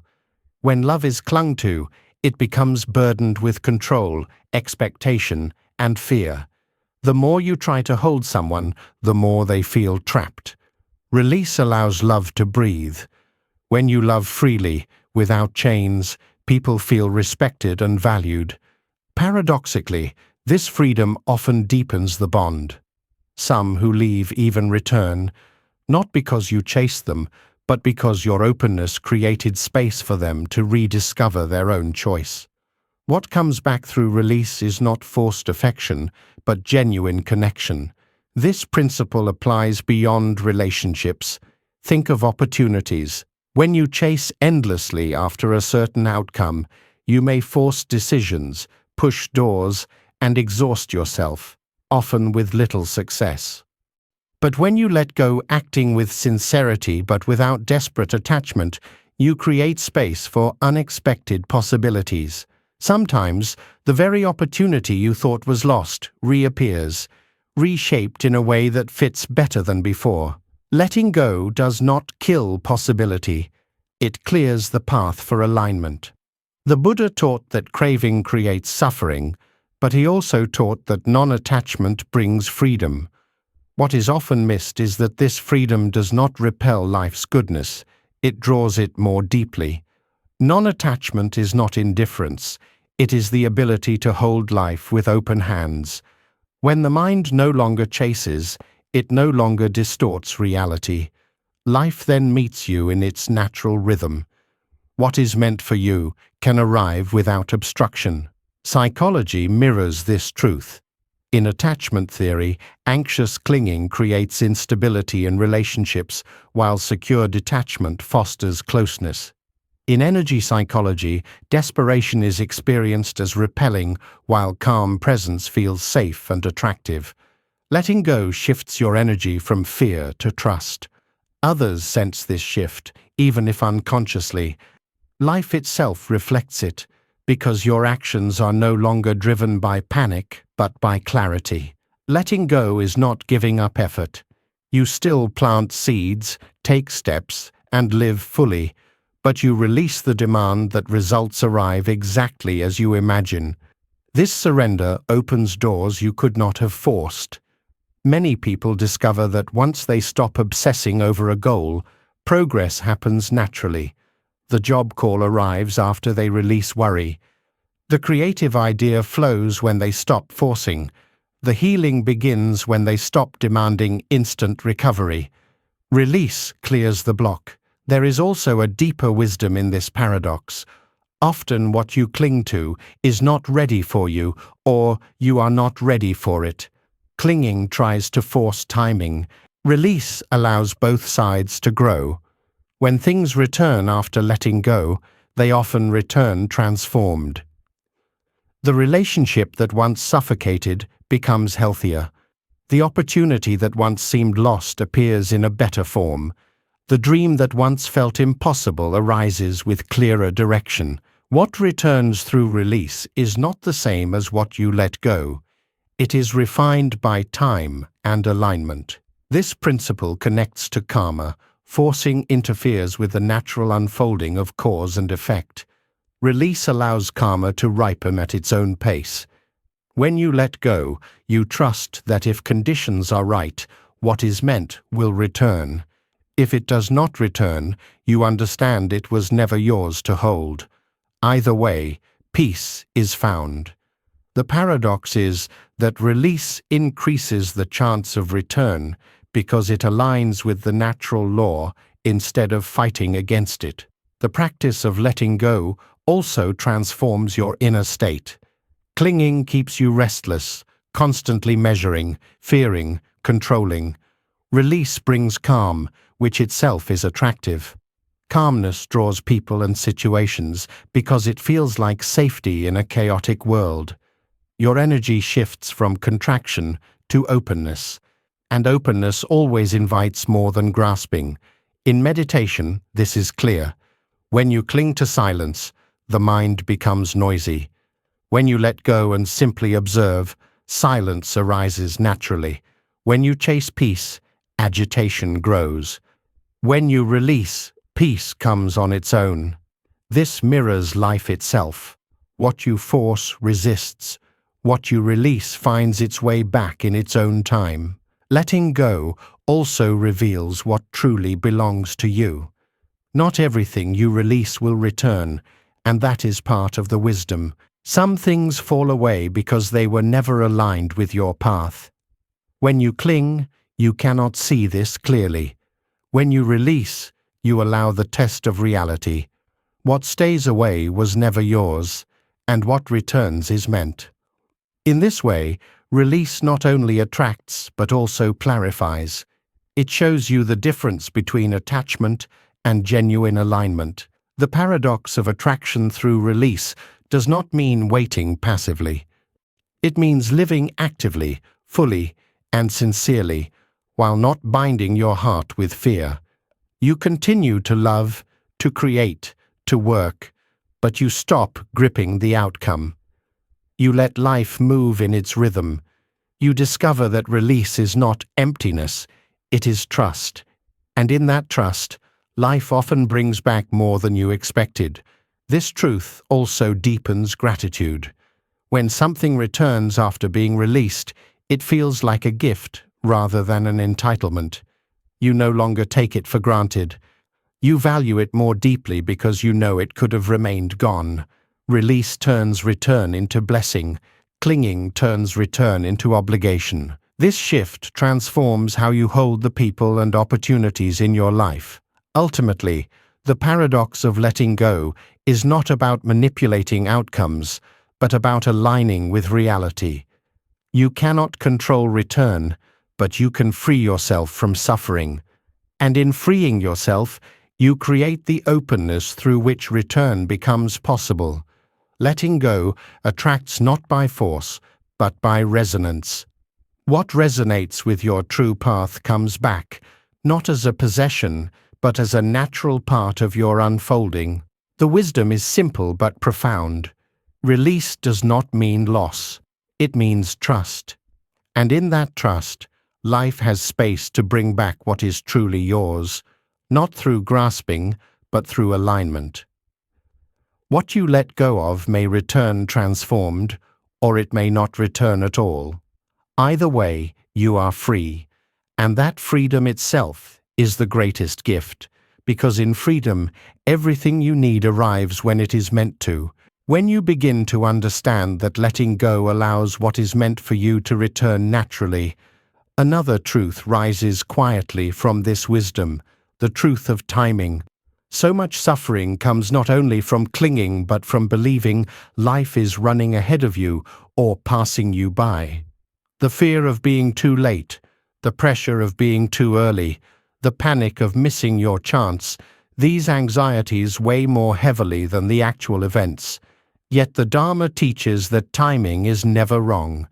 Nothing that belongs to your path arrives too late, and nothing that is not meant to stay can be forced to come early. The Buddhist view on timing dissolves the myth of missed opportunities and replaces it with trust in the unfolding of conditions. The Pali phrase kalena dhammasakacha refers to discussing or practicing the Dharma at the right time.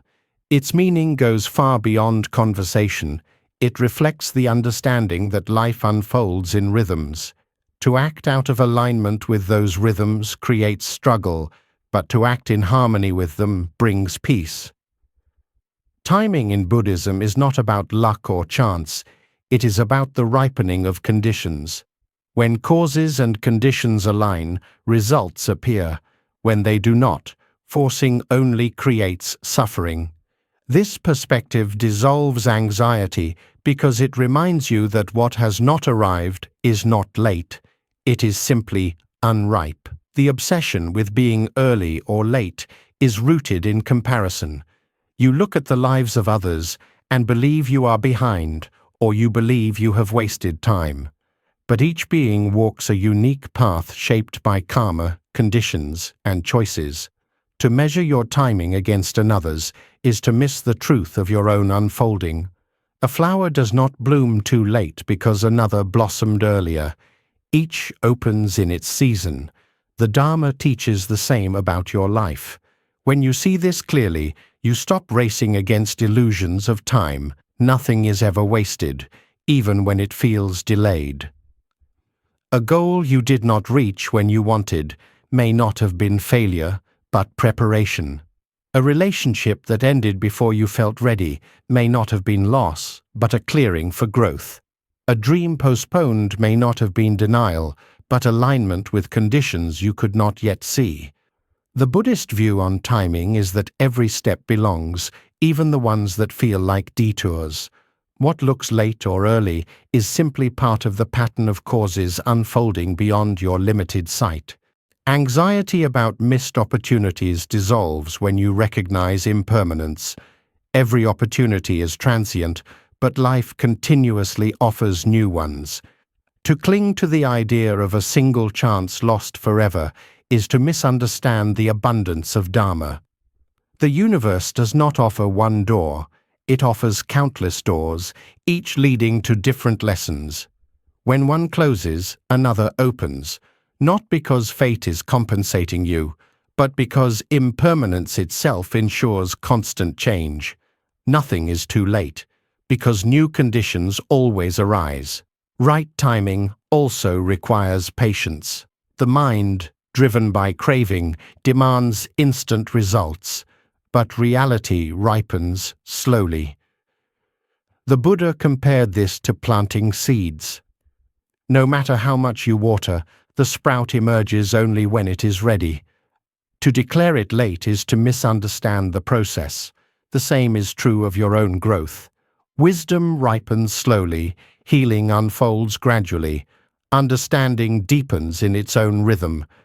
To accept this is to embrace the peace of patience. This principle transforms how you see setbacks. What feels like delay may be protection.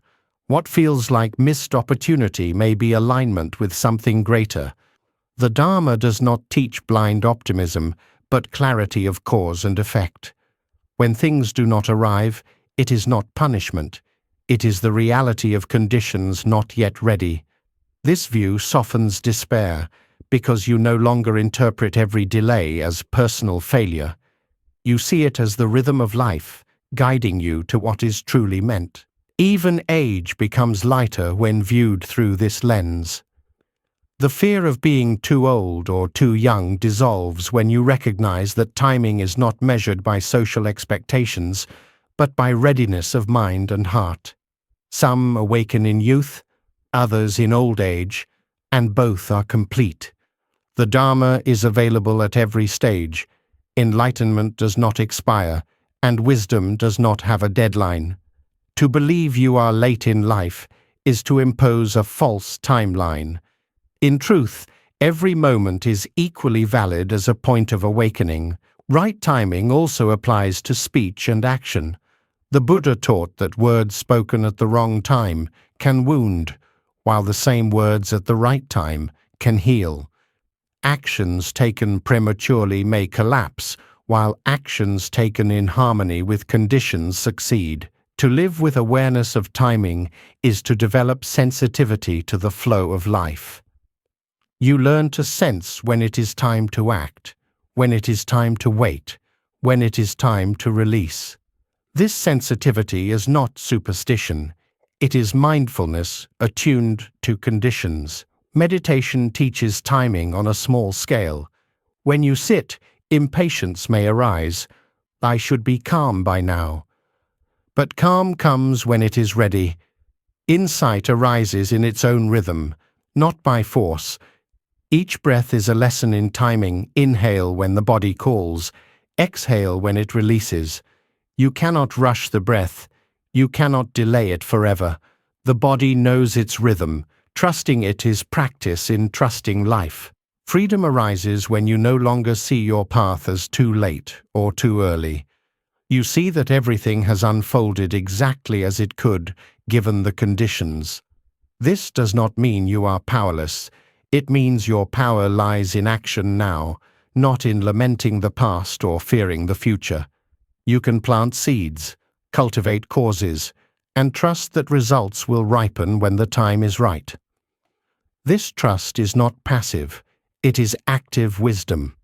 It frees you from anxiety because you no longer demand that life match your timetable. The paradox is that when you release the anxiety of timing, you often find yourself more aligned with it. Without desperation, you notice opportunities you once overlooked. Without the pressure of too late, you step into moments you would have resisted.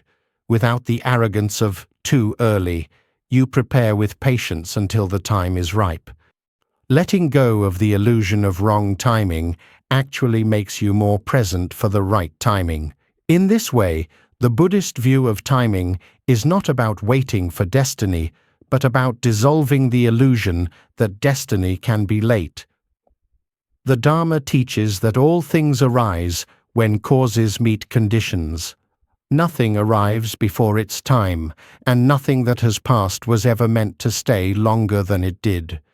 To live with this understanding is to live with ease. Anxiety fades because you no longer measure your life against false clocks.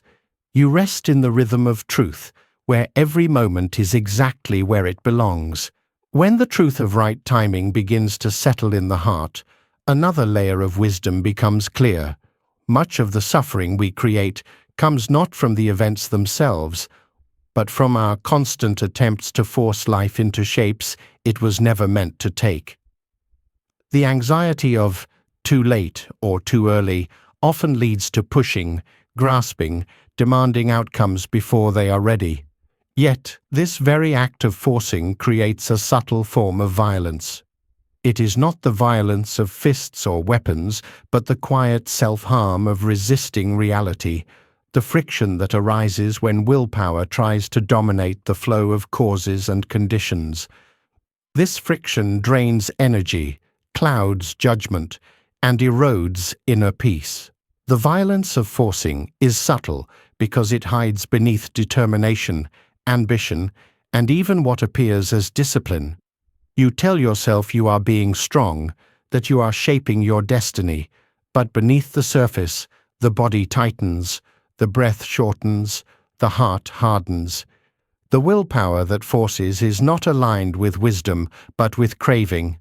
It demands results now, regardless of readiness. It refuses to listen to the natural rhythm of life. And each time it does this, it creates small wounds inside, wounds of exhaustion, disappointment, and quiet despair. In Buddhism, this is the distinction between right effort and wrong effort. Right effort is aligned with Dharma. It is steady, balanced, purposeful, and sustainable. Wrong effort is forcing, born of craving and ignorance. It seeks to bend reality instead of harmonizing with it. Wrong effort may produce short-term results, but at the cost of long-term well-being. The subtle violence is not only against yourself but also against others, because forcing outcomes often means pressuring people, manipulating situations, and ignoring natural boundaries. Consider how this appears in relationships. When you try to force someone to stay, to love you in a certain way, or to meet your expectations, you may succeed temporarily through pressure or persuasion. But the result carries friction. The connection loses authenticity, the energy becomes strained, and both hearts suffer. Forcing may create compliance, but it cannot create genuine love. The subtle violence lies in denying the other person their freedom, and in denying yourself the peace of acceptance. In personal growth, forcing shows up as impatience with yourself. You demand instant transformation, immediate wisdom, flawless discipline. You push through fatigue, ignore emotions, and berate yourself when progress feels slow. This harshness may appear as dedication, but it is a form of self-violence. The path of Dharma is not quick or linear. Forcing your growth misunderstands its nature. True transformation unfolds through patient practice, not through violence against your own humanity. The body bears the weight of forcing. Stress accumulates in muscles, sleep is disturbed, and illness arises when the mind demands more than the body can provide. Countless people exhaust themselves with forced productivity, believing their worth is measured by output. The violence here is subtle but real. The nervous system is constantly overcharged, and the body pays the price. Letting go of forcing does not mean laziness.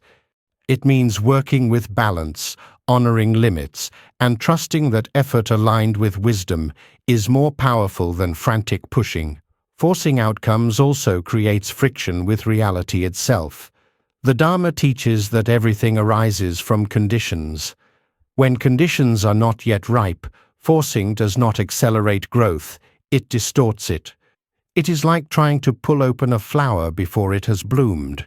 You may tear the petals in your haste. The same happens in life. By pushing for results prematurely, you damage the natural unfolding. The violence here is against truth itself, as though your will could overpower impermanence and interdependence. This friction extends to the mind. Forcing creates constant conflict between expectation and reality. The more you push, the more reality resists. The result is agitation, anger, and despair. Instead of flowing with life, you are at war with it. This war is exhausting, because reality always wins. The subtle violence lies in refusing to accept this, in bruising your own heart against the unyielding walls of truth. Even spiritual practice can become distorted by forcing. Many practitioners, eager for enlightenment, push themselves with extreme discipline, expecting visions, peace, or powers. They measure their progress constantly and become frustrated when results do not appear. This forcing blocks the very insight they seek. The mind that grasps cannot see clearly. The subtle violence here is against the spirit itself, because the path is meant to bring liberation, not more chains of craving. True practice is steady, sincere, and free of force. The irony is that forcing often delays what you want. When you push, you create resistance. When you grasp, you narrow your vision. The opportunity may be near, but you miss it because you are fixated on controlling it. When you release forcing, clarity returns. You see options you overlooked, and results often arrive more smoothly. The paradox is that non-forcing often achieves more than forcing because it moves in alignment with conditions rather than against them. The Buddha himself modeled this wisdom. Before enlightenment, he practiced extreme asceticism, forcing his body into weakness and near death. He believed that by denying every need, he could conquer craving. But he realized that this forcing was another form of violence, another extreme.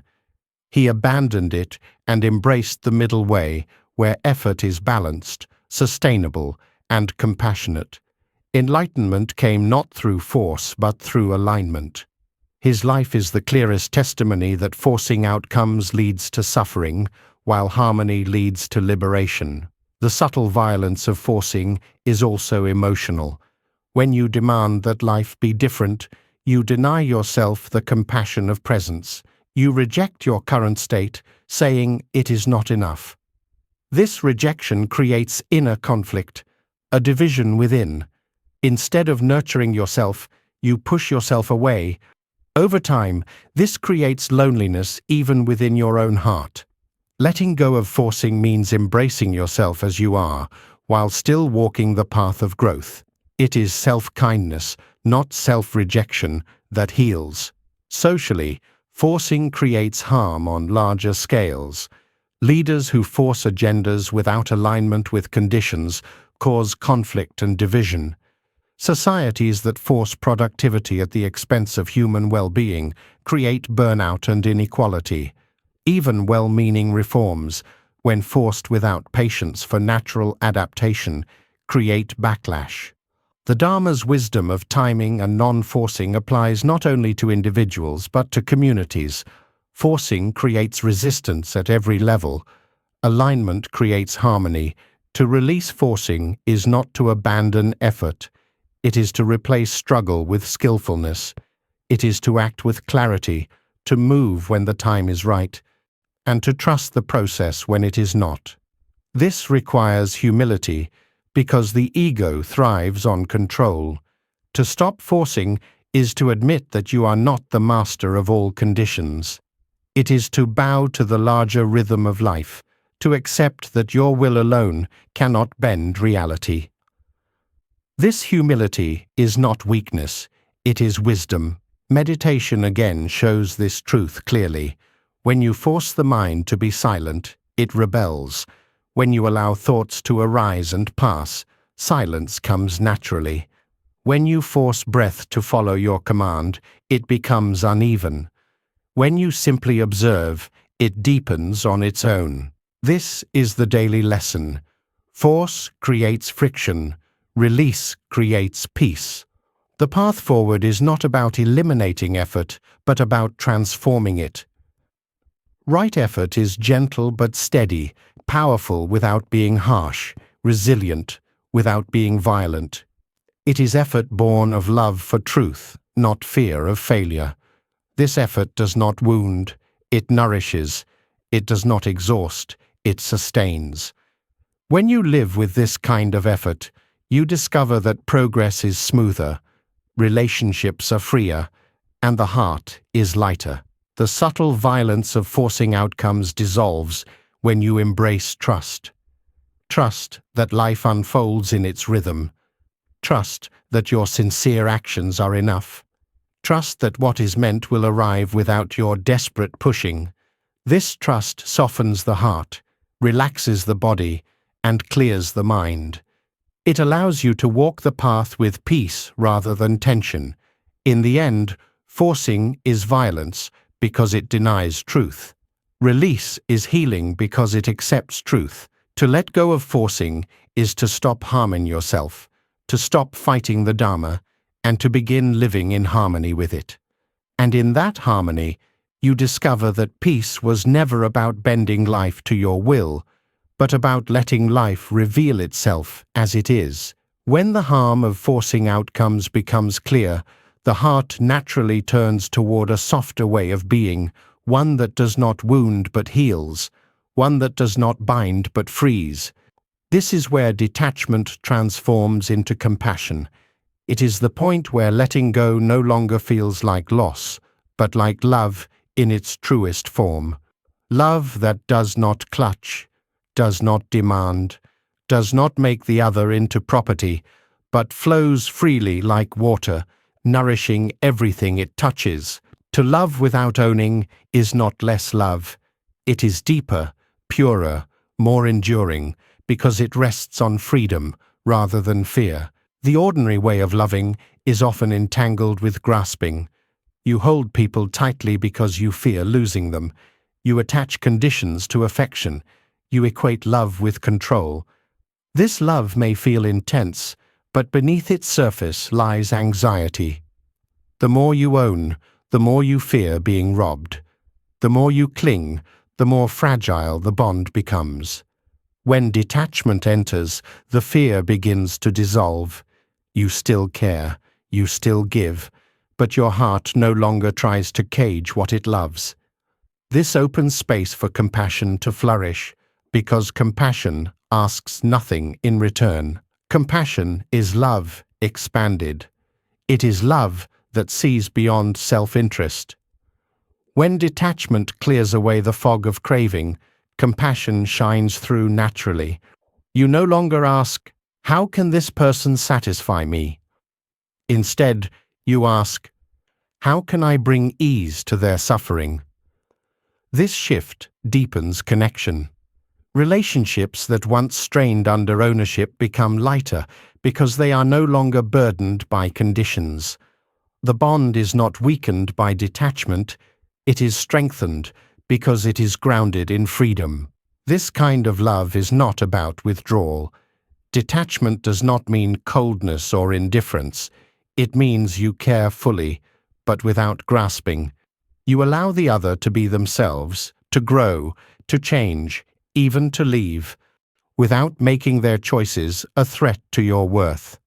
This is why it creates lasting connections, because people feel safe where they are not controlled. They trust love that does not suffocate. They return to love that does not chain them. When detachment becomes compassion, even pain transforms. Loss is still felt, but it does not destroy you. Instead of collapsing into grief because you cannot own permanence, you meet loss with understanding. You grieve with open eyes, honoring what was without demanding it stay. This compassion extends to yourself as well. You release guilt for not being able to hold on. You accept impermanence not as cruelty, but as truth. In this way, even sorrow deepens your capacity to love. The Buddha often taught that true love is rooted in the wish for others to be free from suffering. This wish is not dependent on them meeting your needs. It is unconditional. Detachment allows you to embody this, because you are no longer trapped in craving. Compassionate love says, "May you be well, whether or not you stay, whether or not you love me back." Such love may sound rare, but it is possible because it arises not from possession, but from the heart's natural openness when freed from attachment. This form of love also dissolves conflict. Much of the tension in relationships comes from unmet demands, expectations of behavior, promises of permanence, illusions of control. When you let go of these, peace replaces conflict. You can listen without defensiveness, support without manipulation, and forgive without keeping score. Compassionate love is resilient because it does not depend on conditions. It remains steady through change because it is not tied to ownership. Parents often discover glimpses of this love. To raise a child well is to nurture them, guide them, and then allow them to walk their own path. Clinging to control creates rebellion or dependence, but releasing into compassion allows growth. The same is true of friendships, partnerships, and communities. When you love without owning, you give the greatest gift possible, freedom to be. And in return, trust and gratitude deepen bonds more than control ever could. Detachment becoming compassion also changes how you see yourself. Often you treat yourself harshly, demanding perfection, ownership of outcomes, control of every flaw. But when you release attachment to a fixed identity, compassion turns inward. You begin to love yourself without conditions. You forgive mistakes, accept imperfections, and allow growth. This inner compassion radiates outward because how you treat yourself shapes how you treat others. In spiritual practice, this transformation is essential. Many practitioners begin with attachment to enlightenment itself, clinging to the idea of becoming wise or peaceful. But over time, detachment softens this grasping. The practice stops being about personal achievement and becomes about compassion for all beings. The goal is no longer to escape suffering for yourself alone, but to help alleviate suffering wherever it is found. This is the natural evolution of love when detachment clears the ground. The paradox is that detachment, which many fear will weaken love, actually strengthens it. Possessive love fades when conditions change. Compassionate love endures because it is not bound by conditions. It can hold joy and sorrow, presence and absence, gain and loss, all without breaking. It is love that expands instead of contracts, that heals instead of wounds, that endures because it is free. When detachment becomes compassion, the way you relate to the world shifts. Strangers become part of your circle of care. Enemies soften in your perception because you see their suffering beneath their actions. Even animals, plants, and the earth itself receive your attention because love no longer excludes. Compassion does not stop at boundaries. It flows endlessly outward because it does not cling inward. This is why detachment is not the end of love, but the beginning of its highest form. When you let go of ownership, love becomes limitless. It ceases to be a transaction and becomes a way of being. To love without owning is to embody the freedom you wish for yourself and for others. It is to walk in the world with a heart unchained, offering care without fear, generosity without demand, presence without possession. And in this way, compassion, rooted in detachment, is not only the purest love, but also the strongest. It cannot be broken by loss, time, or change, because it is not dependent on them. It is love that endures because it does not grasp. It is love that heals because it does not wound. It is love that liberates because it does not imprison. This is the love the Dharma calls us toward, the love that arises when the hands of clinging finally open, and what flows out is compassion without end. When love is freed from ownership and transformed into compassion, another hidden thread becomes easier to see: the deep human craving for control. Even when we stop trying to possess others, the mind still wants to direct outcomes, to bend life toward its own preferences, to believe it can manage every detail of existence. This hunger for control feels natural, even protective, but it is in truth the subtlest and strongest attachment. Control gives the illusion of safety while secretly feeding fear. The Dharma shows that surrender, not control, is the path to freedom. The desire for control arises from uncertainty. Life is unpredictable, and the mind, uncomfortable with this truth, invents strategies to shield itself. We make plans, set expectations, create systems, and cling to routines as though they can guarantee stability. Yet impermanence is always at work. No matter how much control we think we have, life unfolds according to countless conditions beyond our reach. The more we tighten our grip, the more anxious we become, because reality cannot be tamed. This is why control is such a powerful attachment.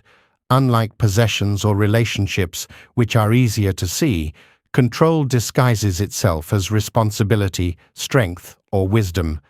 We call it discipline, management, or planning. These qualities can be useful, but when driven by fear, they become prisons. Control convinces us that if we hold tightly enough, we can avoid pain.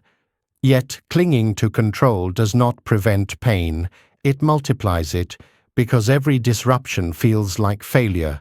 In relationships, control is one of the most damaging illusions. You may not call it control, you may call it care, guidance, or protection. But when you dictate how someone should act, think, or feel, you are clinging not to love, but to the illusion of ownership. This suffocates both people. The controlled feel trapped, and the controller feels constant frustration when reality refuses to comply. Compassion cannot coexist with control because compassion gives space. Control takes it away. Control also distorts how we see ourselves. The ego feeds on the belief that it is the master of life. I did this, it says. I made this happen. Success inflates the illusion of control, while failure feels unbearable because it threatens that identity. In truth, every outcome is the result of countless causes' effort, yes, but also timing, conditions, and the choices of others. To believe you are in full control is to ignore interdependence.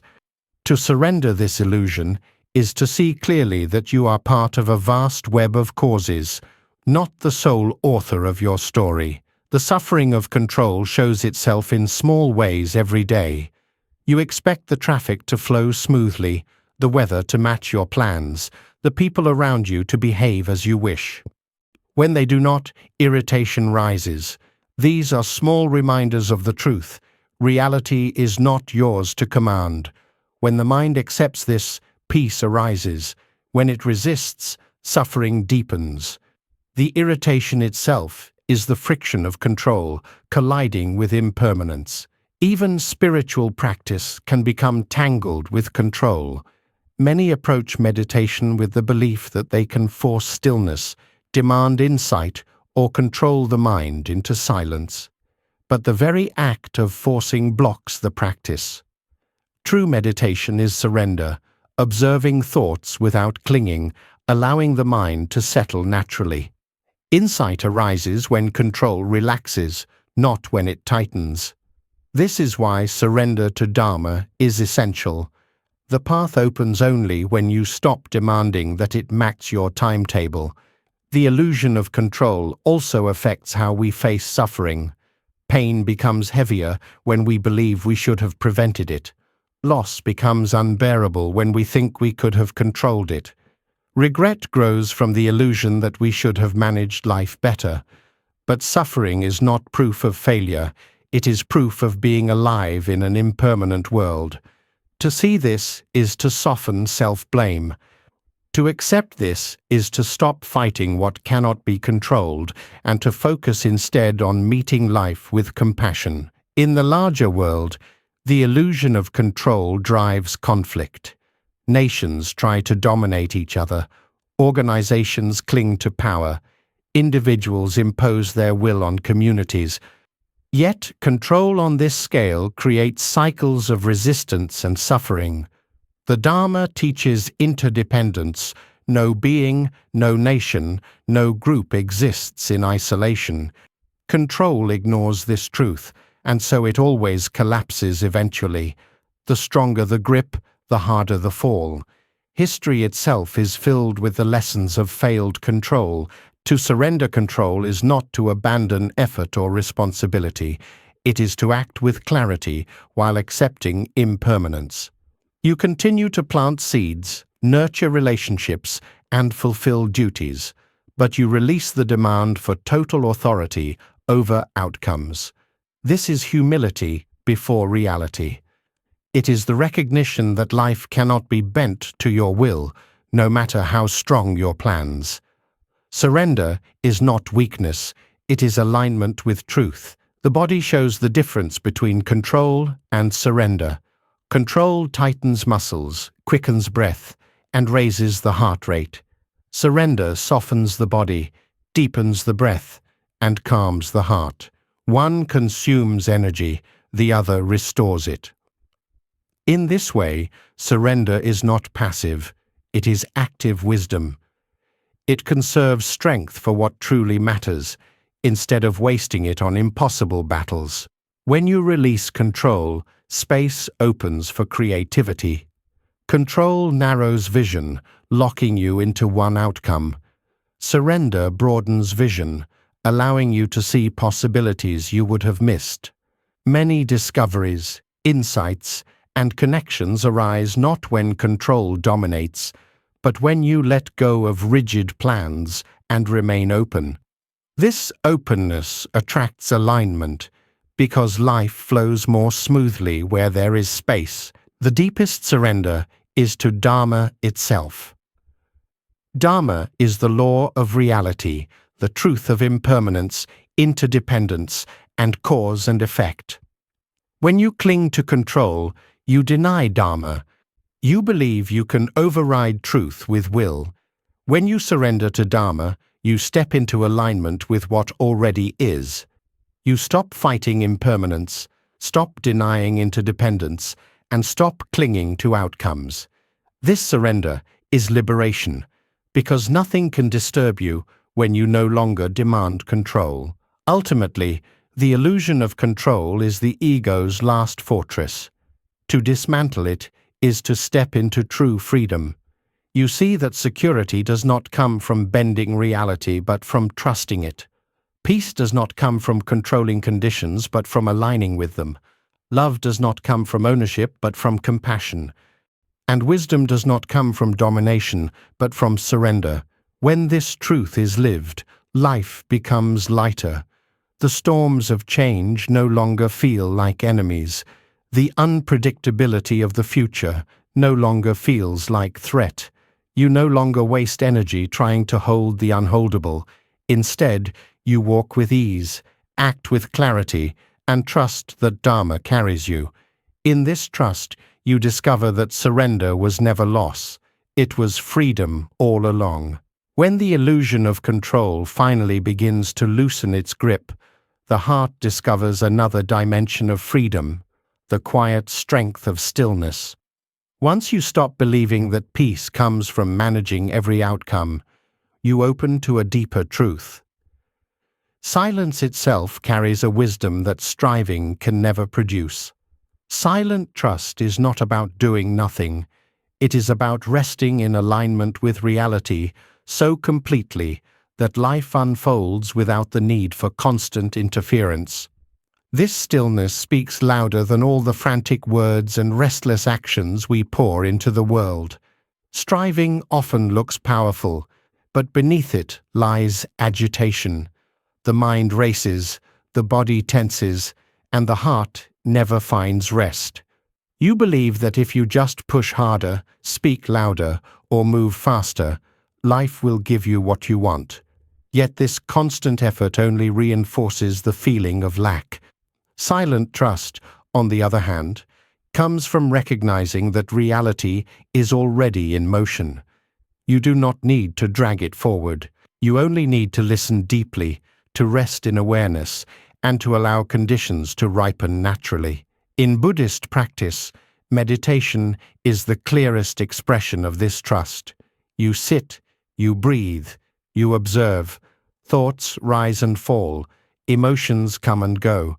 When you do not react, when you do not grasp or resist, a quiet power emerges. The mind becomes steady, the heart becomes open, and the body relaxes. This stillness is not emptiness in the sense of absence, it is fullness, a presence so complete that nothing needs to be added. In this silence, insights appear without effort, like ripples forming on still water. The strength of silent trust is seen in non-reactivity. When insulted, the reactive mind rushes to defend itself. When threatened, it strikes back. When praised, it clings to approval. Each reaction chains you to the actions of others, but when you rest in silence, you are free. You hear words without being captured by them. You see events without being enslaved by them. This non-reactivity is not weakness, but mastery. It allows you to respond wisely instead of reacting blindly. The world often mistakes silence for passivity, but in truth, silence can be the most powerful statement. To meet anger with calm, to meet chaos with composure, to meet uncertainty with stillness, these actions shift the energy of situations more deeply than arguments or force ever could. Silent trust is not inaction, It is action without struggle. It is the quiet refusal to be pulled into cycles of fear and craving. In relationships, silent trust creates depth. Words are necessary, but constant explaining, demanding, and proving erode connection. When two people can sit together in silence without discomfort, it shows a bond beyond need. Trust does not always need speech. Sometimes the absence of reaction speaks more clearly than the loudest declaration. Detachment makes this possible because you are not clinging to control or outcome. Compassion deepens it because you are fully present without imposing. Silent trust also transforms how you meet time. Striving rushes you forward, impatient for results. Silence anchors you in the present, where life is actually unfolding. This does not mean you abandon effort. It means your effort is rooted in calm rather than panic. The artist who waits in silence for inspiration, the farmer who trusts the seasons, the meditator who allows the mind to settle, all embody the same principle. Timing belongs to reality, not to control. The body itself teaches this lesson. Healing often happens most effectively in rest. Muscles repair during stillness, wounds close when the body is allowed to recover. Forcing activity too soon delays healing. The same is true for the heart and mind. Emotional wounds do not mend by constant analysis or relentless striving. They mend when silence allows space for clarity, forgiveness, and acceptance. Silent trust is the environment where true healing takes root. This trust also extends to the unfolding of karma. You cannot control how quickly results appear, nor can you dictate the shape they take. Silent trust accepts that causes and conditions ripen in their own rhythm. By resting in stillness, you allow karma to reveal itself without interference. This does not mean doing nothing. It means acting skillfully and then releasing the demand for immediate return. In this way, silence honors the truth of cause and effect more deeply than striving ever can. There is also beauty in the humility of silent trust. Striving often comes from the ego's need to prove itself. Silence, however, admits that truth is larger than you. It bows to the mystery of life instead of trying to master it. This humility is not defeat, it is liberation. It frees you from the exhausting burden of needing to control or explain everything. You begin to see that much of life's wisdom arises not when you speak, but when you listen. In meditation, this listening becomes profound. You listen not only to sounds, but to your own mind, to the quiet movements of thought and feeling. As you rest in this silence, layers of illusion fall away. The craving to control, the fear of loss, the endless narratives dissolve. What remains is awareness itself, clear, open, and steady. This awareness is the ground of silent trust. It is not passive, it is the most alive state possible. Silent trust also allows for a new relationship with uncertainty. Striving tries to resolve uncertainty by seizing control. Silence allows uncertainty to exist without panic. You learn to sit with not knowing, to breathe in mystery without needing to solve it. This ability is the heart of wisdom, because life is always uncertain.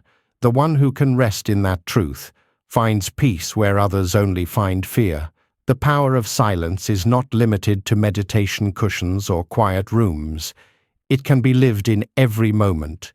It is the pause before speaking, the breath before reacting, the calm presence in a storm.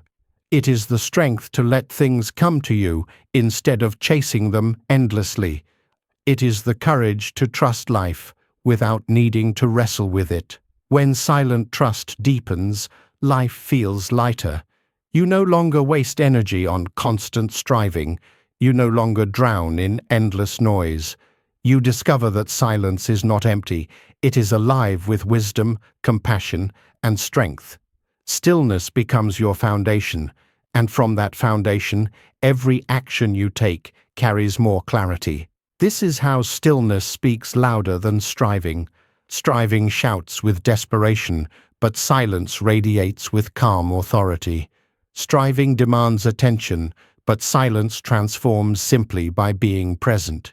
Striving burns energy, but silence generates peace. Silent trust is not the absence of action, but the presence of harmony.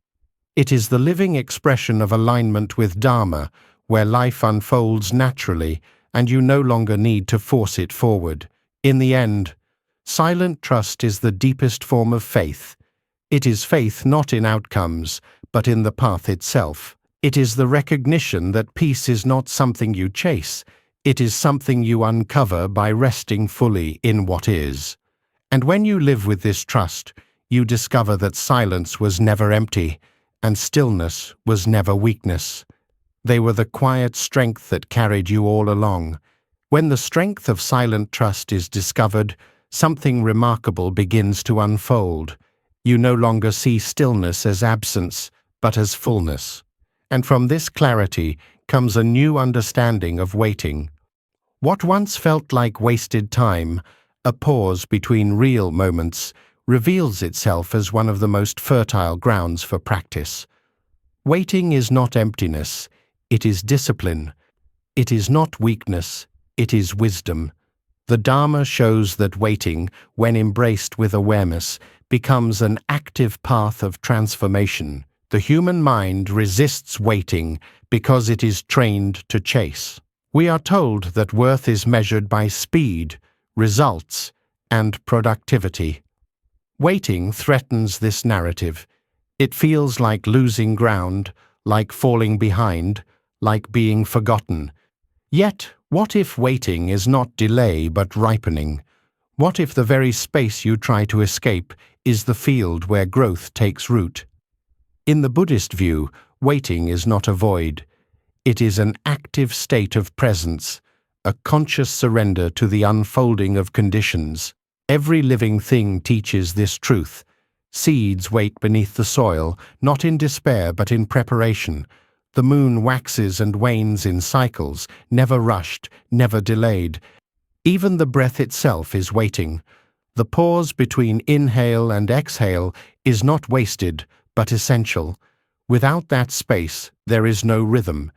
In the same way, waiting in life creates rhythm, allowing experiences to mature, wisdom to deepen, and clarity to appear. To rush is to disrupt the cycle. To wait with awareness is to align with it. The Dharma of waiting is rooted in patience, but it goes further. Patience endures, waiting participates. When you wait with awareness, you are not idle. You are actively training the mind to stay present without clinging to outcome. You are cultivating trust that conditions ripen when the time is right. You are building resilience by refusing to collapse into frustration. Waiting becomes practice when you treat it as fertile space rather than dead space. This perspective transforms daily life. Long lines, delays, pauses between opportunities. These moments often trigger irritation, but when seen through Dharma, they are invitations. In waiting, you can return to breath. In waiting, you can observe craving. In waiting, you can notice impatience itself and study how it arises and dissolves. Each delay becomes a teacher, showing you where the mind resists reality. Instead of fighting time, you learn to flow with it. Waiting also reveals attachment. The stronger the clinging to results, the more painful waiting feels. If you crave recognition, waiting for approval is torture. If you crave success, waiting for progress feels unbearable. If you crave love, waiting for reciprocation seems endless. Yet the suffering lies not in the waiting, but in the craving tied to it. When you release the demand for outcome, waiting softens. It becomes a space of freedom rather than a prison of lack. The Dharma also teaches that waiting is part of compassion. When you wait for others to grow, to understand, or to change, you honor their rhythm. You release the urge to force them into your timeline.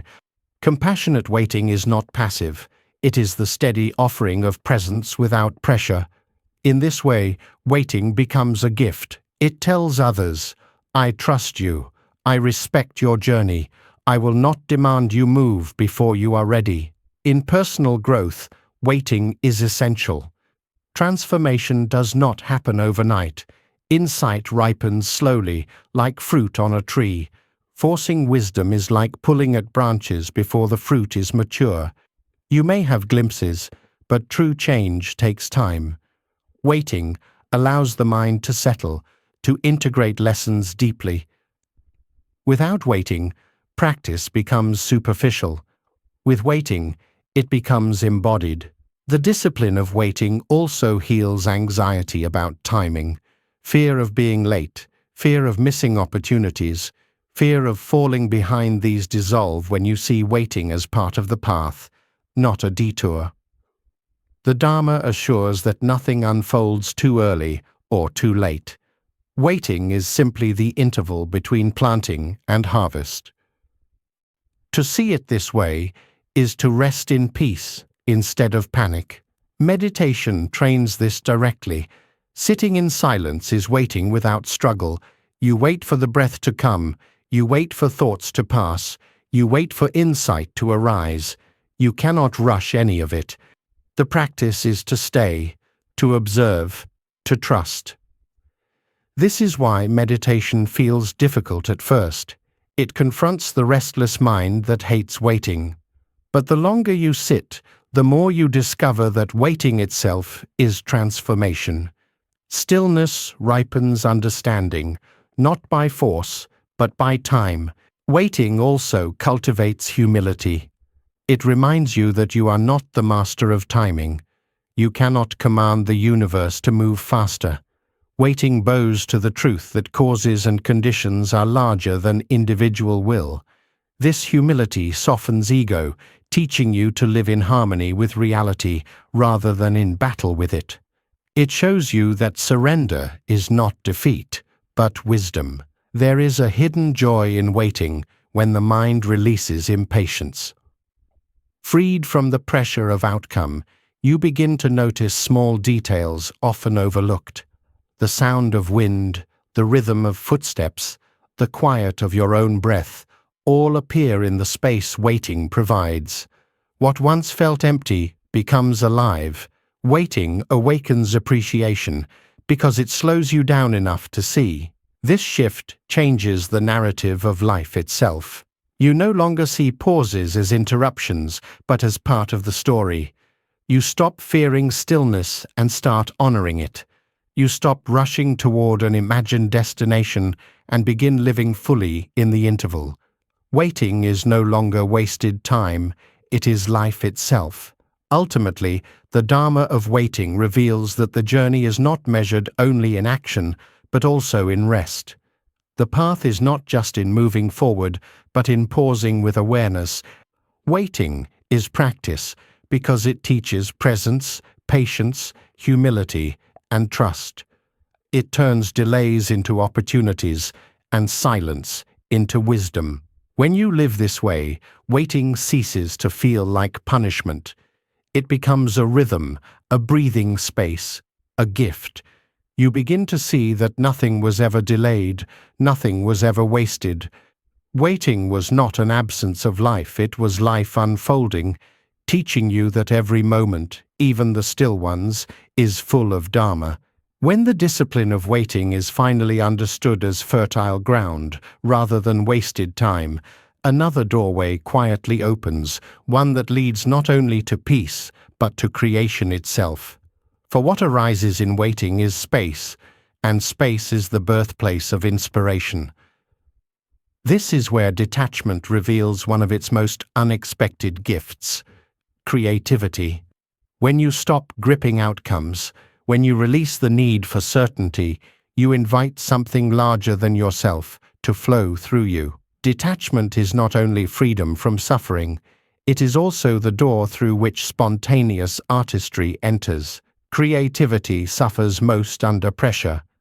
The mind that clings to results demands perfection, fears mistakes, and tries to control every detail. In this state, ideas wither before they can breathe. The more you force brilliance, the further it retreats. This is the same truth seen across the Dharma. Forcing life creates friction. Just as clinging suffocates relationships and control breeds anxiety, attachment to outcomes strangles creativity. To loosen the grip is to allow the unexpected to emerge, because creation thrives where there is openness, not where there is fear. Artists, writers, musicians, and thinkers throughout history have spoken of inspiration as something that arrives on its own, often when least expected. It is described as a whisper, a visitation, a current flowing through rather than from them. This experience is not limited to art. It is the nature of creativity itself. Whether you are solving problems, building ideas, or simply finding new ways to live, the energy of creation comes when you stop clutching. Detachment creates the conditions for inspiration by removing the weight of demand. The Buddhist path supports this through the practice of non-attachment. By releasing the hunger for recognition, perfection, or specific results, you create the mental spaciousness where fresh insight arises. When the ego is silent, creativity speaks. When craving is absent, playfulness appears. When fear loosens, imagination blossoms. Detachment is not withdrawal from expression. It is the soil that allows expression to flourish. This can be seen clearly in meditation. When you sit in silence, thoughts drift in unexpected directions. Insights appear unbidden. Solutions emerge from stillness. You did not construct them through effort. They arose naturally when the mind was uncluttered. This is the heart of creativity. It is not manufactured, but revealed. The role of detachment is to clear the ground so that revelation can happen. Creativity also deepens when mistakes are welcomed as part of the process. Attachment to outcome breeds perfectionism, and perfectionism is the enemy of creation. It stops you before you begin, silences you before you speak, and edits you before you finish. Detachment releases this weight. It allows you to experiment, to fail, to play, to discover. In the Dharma, failure is not final. It is simply another condition that teaches. The same is true in art. Every mistake is part of the unfolding. Detachment lets you see mistakes not as threats, but as stepping stones toward discovery. This principle applies to more than art. In problem solving, detachment allows for flexible thinking. A mind locked in attachment sees only one path. A detached mind is open to alternatives. This openness is where innovation comes from. The greatest breakthroughs rarely appear through force. They arrive when someone steps back, loosens their grip, and allows the unexpected to surface. Detachment expands possibility by refusing to cling to a single vision. In relationships, too, creativity emerges when attachment softens. Conversations become more alive when you stop trying to control them. New ways of connecting appear when you release rigid expectations. Even love itself becomes creative, constantly reinventing how to express care when it is freed from ownership. Detachment makes space for novelty, for surprise, for growth. Connection becomes artistry when it is not bound by fear. The paradox is that detachment gives you access to creativity precisely because it quiets the ego.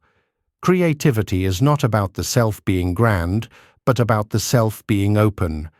When you cling to recognition or success, you shrink the space through which inspiration flows. When you detach from these demands, you become a vessel. The art, the idea, the solution moves through you, without obstruction. This is why so many describe creativity as a gift or grace. It is less about possession and more about participation. Even science echoes this truth.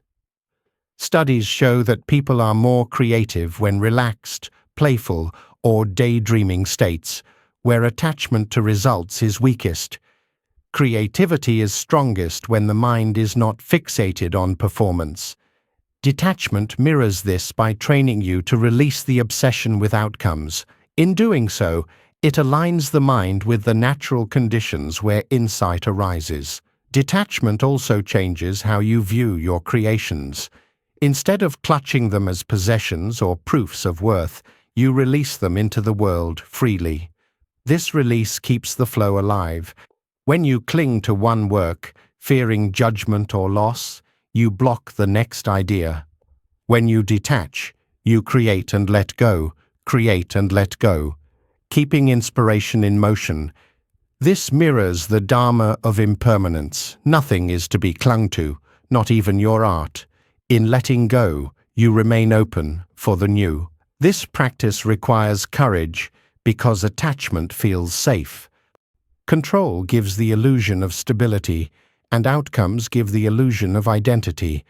But when you loosen these, you realize that true safety lies not in holding, but in trusting. Creativity thrives not in cages, but in open skies. The courage to detach is the courage to allow life to create through you, without demanding certainty. Waiting, silence, and detachment form the foundation of this creativity. Waiting gives the space, silence clears the noise, detachment removes the fear. Together, they create the conditions where artistry appears. This is not only about producing art, but about living creatively, finding new ways to meet challenges, new perspectives on ordinary life, new expressions of compassion. Creativity in this sense is not a talent for a few, but a capacity in all, awakened when the grip of attachment softens. Ultimately, detachment as the door to creativity teaches that the most powerful creations are not those dragged into existence by force, but those that arrive naturally when you are open. They are not the result of clinging but of surrender. They are not owned but shared. They flow from the same source as the Dharma itself, the natural unfolding of conditions when nothing obstructs. To live this way is to discover that creativity is not rare inspiration, but a constant presence waiting for space. When you loosen your grip, you feel its flow. When you stop demanding, you hear its voice. And when you let go of outcomes, you realize that the art of living itself is the greatest creation of all. When detachment opens the door to creativity and shows you the beauty of expression without clinging to outcomes, the next step reveals itself as even more radical, the release of the deepest attachment of all, the attachment to self. Every desire, every fear, every grasping ultimately traces back to this sense of I and mine. Creativity teaches you how to let go of ownership of your work. Compassion teaches you how to let go of ownership of others. But the highest liberation in Buddhism is learning to let go of ownership of self. This is the teaching of anatta, or no self, and it is the doorway to freedom beyond anything the mind can conceive. The self feels like the most permanent possession. You may question objects, relationships, even beliefs, but the sense of me seems undeniable. It feels solid, continuous, unchanging. Yet Buddhism reveals that this is illusion. What you call self is not a fixed entity, but a collection of processes: body, sensations, perceptions, thoughts, and consciousness. These aggregates shift every moment, arising and dissolving like waves on the ocean. To cling to them as a permanent I is to cling to shadows. The suffering that arises from defending this illusion is the root of all other attachments. Anatta does not deny that experiences occur. You feel joy, you feel pain, you think, you act. What it denies is that there is a permanent controller behind these experiences. The sense of self is a construction stitched together by memory, craving, and habit. The more tightly you identify with it, the more fragile life becomes. Every insult feels personal, every loss feels like annihilation, every success inflates the ego. But when you see the self as impermanent, these waves lose their power. Liberation comes not from building a stronger identity, but from dissolving the illusion of needing one. This teaching is difficult because it strikes at the very foundation of ordinary perception. The mind resists, asking, if there is no self, then who is reading these words? Who is practicing meditation? Who suffers and who is liberated? The Dharma answers with clarity. There is experience, but no separate owner of experience.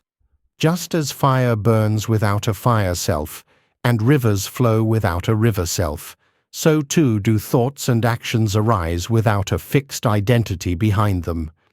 Recognizing this is not emptiness in the sense of nothingness. It is freedom from clinging to an illusion. Non-attachment to self dissolves fear. Much of human life is shaped by fear of death, fear of rejection, fear of losing identity. These fears all depend on believing the self is permanent. When you see that the self is not fixed but fluid, fear begins to fade.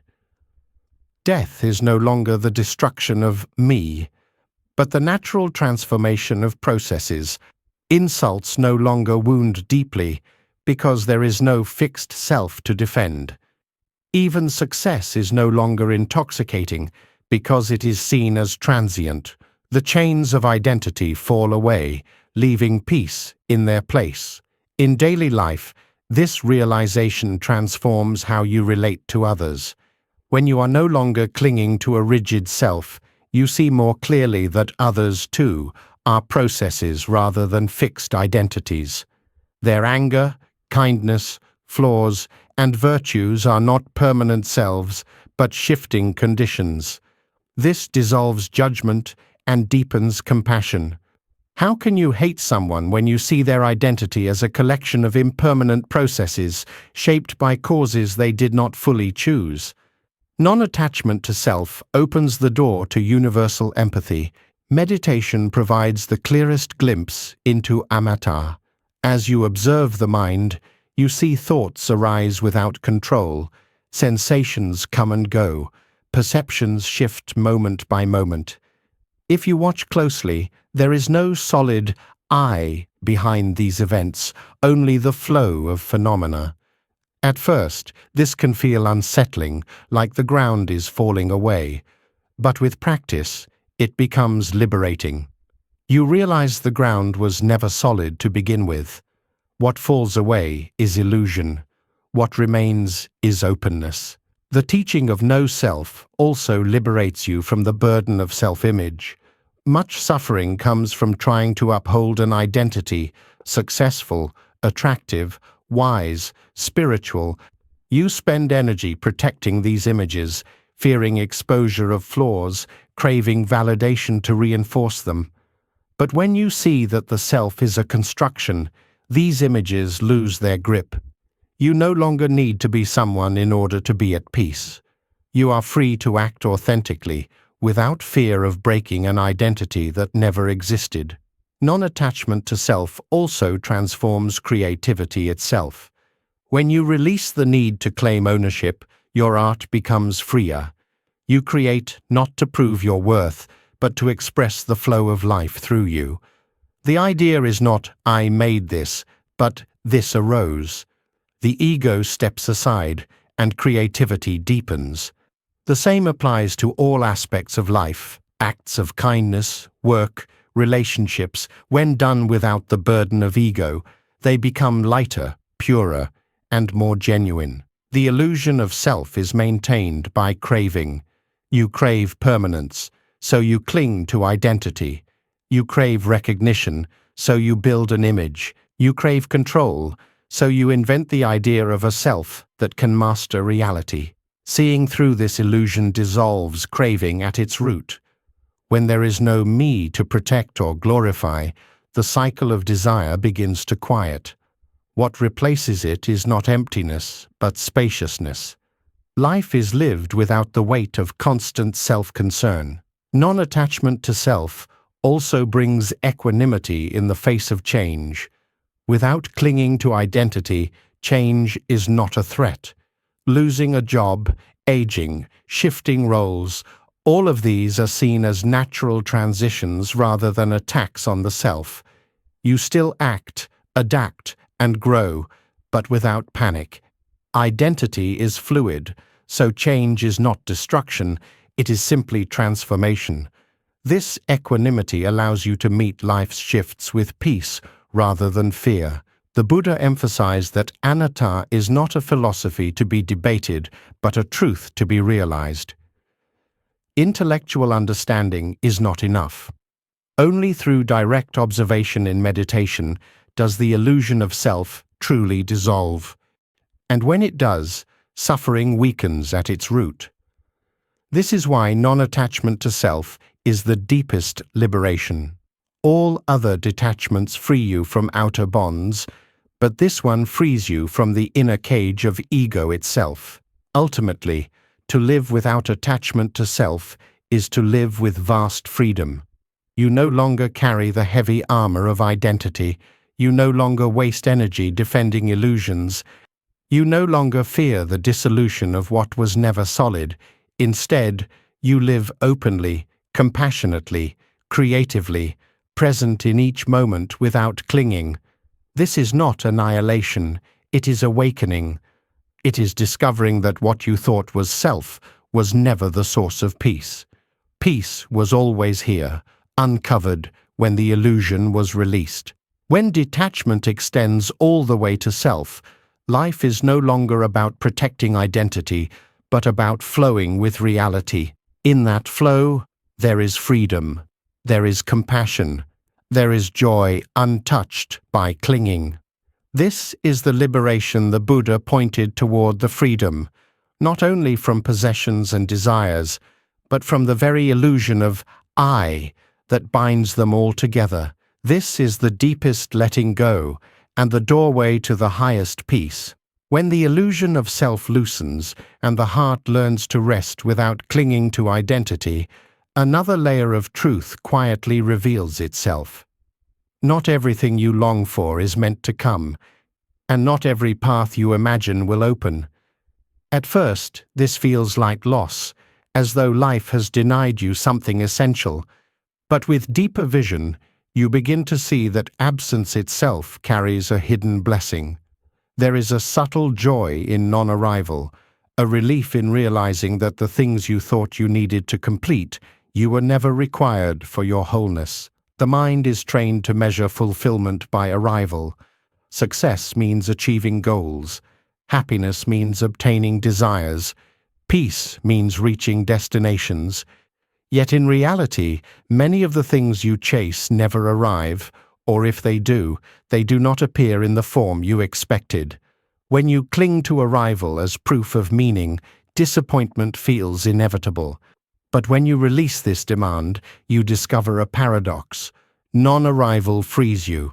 It shows you that life is not defined by the checklist of outcomes, but by the richness of being present. Absence is not emptiness in the sense of lack. It is space. The job that did not appear may have spared you from confinement in a path that was never yours. The relationship that never blossomed may have opened you to deeper self-understanding or to connections more aligned with truth. The dream that did not manifest may have saved you from a future shaped by craving rather than wisdom. Non-arrival protects as much as arrival provides. To see this is to realize that blessings are often hidden in what does not come. This shift changes how you hold desire itself. When you accept that not all desires will arrive, longing loses its sting. You still feel it, but you no longer believe it defines your worth or future. Longing becomes softer, lighter. You can smile at it, honor it, and let it pass without despair. Non-arrival becomes a teacher, showing you that peace is possible even when the world does not meet your demands. Non-arrival also reveals impermanence in another form. What you expect is not guaranteed, and what you receive is often unexpected. This uncertainty is not cruelty, It is truth. By resting in it, you discover resilience. You no longer collapse when things do not unfold as planned. You see that meaning is not tied to the arrival of specific outcomes, but to the openness of meeting each moment as it comes. The joy of non-arrival is subtle because it does not come with fanfare. It comes quietly, often years later, when you look back and realize that what did not arrive allowed space for something else. You see that a rejection opened a better door, that an absence cleared the way for growth, that an unanswered longing taught you strength you would never have found otherwise. This joy is not loud, but deep. It comes not from getting what you wanted, but from realizing you are whole even without it. In meditation, you meet non-arrival constantly. You sit expecting peace, clarity, or insight. Sometimes they do not come. Instead, you meet restlessness, distraction, or boredom. But if you release the demand for arrival, you discover presence itself. The joy of simply being, without the arrival of special states, is profound. This lesson extends into life. Fulfillment is not tied to the arrival of ideal conditions, but to the awareness of what is here now. Non-arrival also humbles the ego. The ego wants constant affirmation through achievements, possessions, or recognition. When these do not arrive, the ego feels wounded. But this wound can be a gateway. It shows you that your worth is not dependent on outcomes. It teaches you to rest in being rather than in accomplishment. This humility is freedom. You are no longer enslaved to the endless chase for arrival because you see that peace does not depend on it. The Dharma invites you to see non-arrival not as failure, but as part of the unfolding. Just as some seeds never sprout, not every longing becomes reality. Yet, this does not diminish the field of life, it enriches it. For the space left by non-arrival is the ground where awareness grows. It pushes you inward, toward wisdom, rather than outward toward endless craving. The absence itself becomes practice, teaching you to rest in presence instead of in promise. Relationships reveal this truth clearly. Not every bond will deepen, not every love will be returned. Yet the absence of what you imagined does not mean absence of love. It may lead you to see love in broader forms through friendship, community, compassion for strangers, or connection with life itself. The heart expands when it stops demanding arrival in one form. Non-arrival becomes the doorway to a wider, freer love. Even suffering is shaped by non-arrival. Much of your pain arises not from what is present, but from what is absent. Opportunities not taken, words not spoken, moments not lived. But when you see that life could never give you every possibility, you stop clinging to ghosts.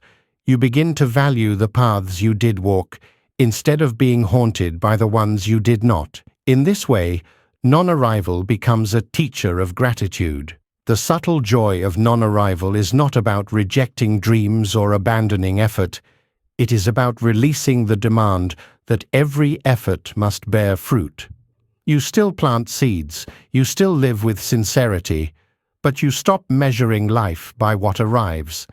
You discover peace in the planting itself, joy in the journey itself. Arrival becomes a gift, not a requirement. Non-arrival becomes a teacher, not a punishment. Ultimately, the Dharma of non-arrival shows that freedom is not in achieving every desire, but in realizing you do not need to. Life is vast, unpredictable, full of arrivals and absences alike. When you stop clinging to what did not come, you open to the richness of what is here. The joy is subtle because it is not tied to gain, but to release. It is the quiet happiness of knowing that your wholeness does not depend on arrival. When you live this truth, absence no longer feels like loss. It feels like space, like possibility, like hidden blessing. The joy of non-arrival is not the joy of getting everything you want, but the joy of realizing you are free from needing it, and in that freedom, even absence shines. When the quiet blessing of non-arrival is finally understood, another danger becomes easier to see: the temptation to make even spirituality itself into something to grasp.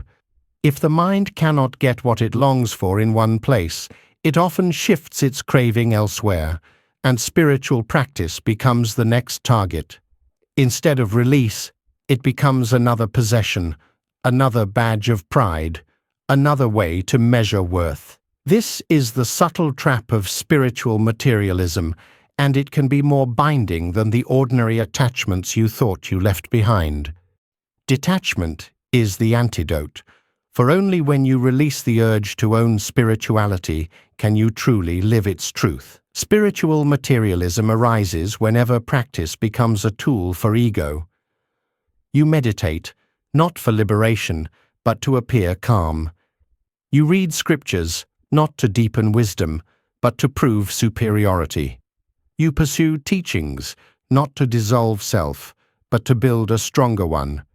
The craving for identity does not vanish simply because you turn toward the spiritual path. In fact, it can grow more cunning. Instead of craving wealth or recognition, you begin to crave enlightenment as though it were a prize, a possession to display. The Dharma becomes another decoration on the altar of ego. This trap is dangerous because it hides beneath sincerity. You believe you are walking the path of release, but craving still drives you. The mind whispers, "Look how spiritual I am. Look how much I have achieved." It compares, competes, and clings, all while pretending to be free. This is why detachment is essential. To detach is to let go even of your image as a seeker, even of your desire to be recognized as awakened. Detachment reminds you that the goal is not to add layers of identity, but to dissolve them. The Buddha himself warned against clinging to practices as possessions. The Dharma is likened to a raft, something to cross the river, not something to carry on your back once you have reached the other side. Yet many hold on to the raft with pride, showing it to others, polishing it endlessly, while never stepping onto the far shore. This is spiritual materialism, turning the means of liberation into another form of bondage. Detachment is the wisdom of letting the raft go when it has served its purpose. One form of spiritual materialism is attachment to teachers and traditions. Respect and devotion are valuable, but when they become rigid identity, they block growth. You cling to being part of a certain lineage, or you compare traditions to prove yours is superior.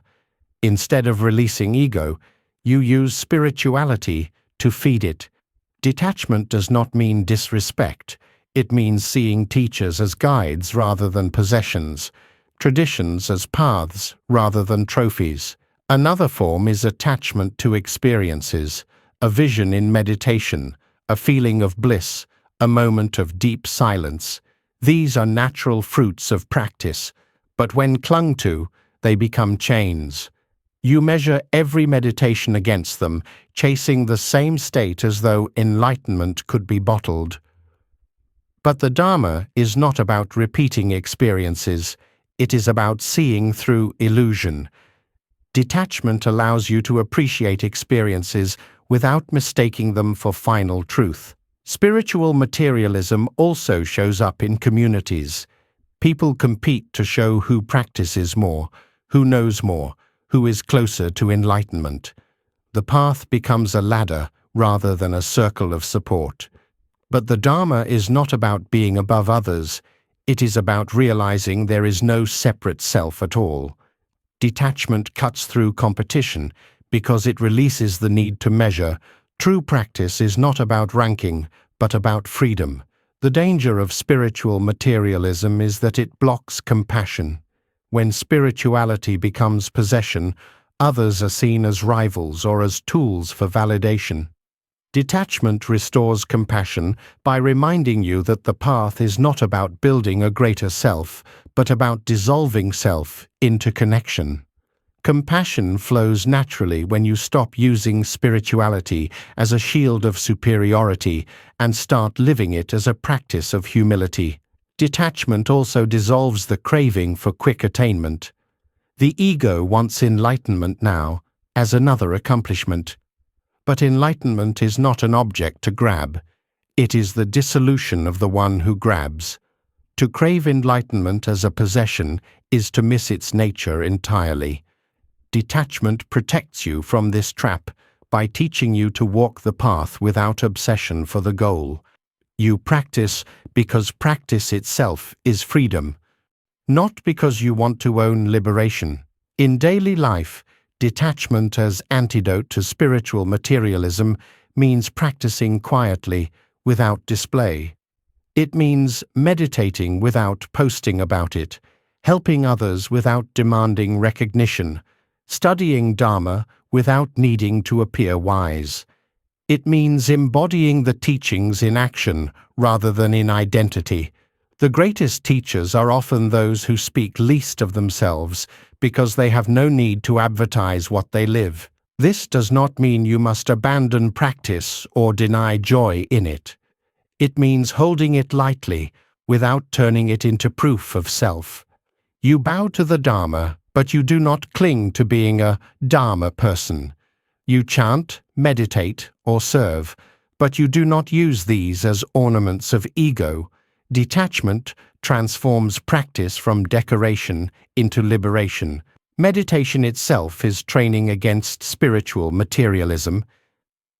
Each time a thought arises, I am doing well, I am failing, I am progressing, you see it and release it.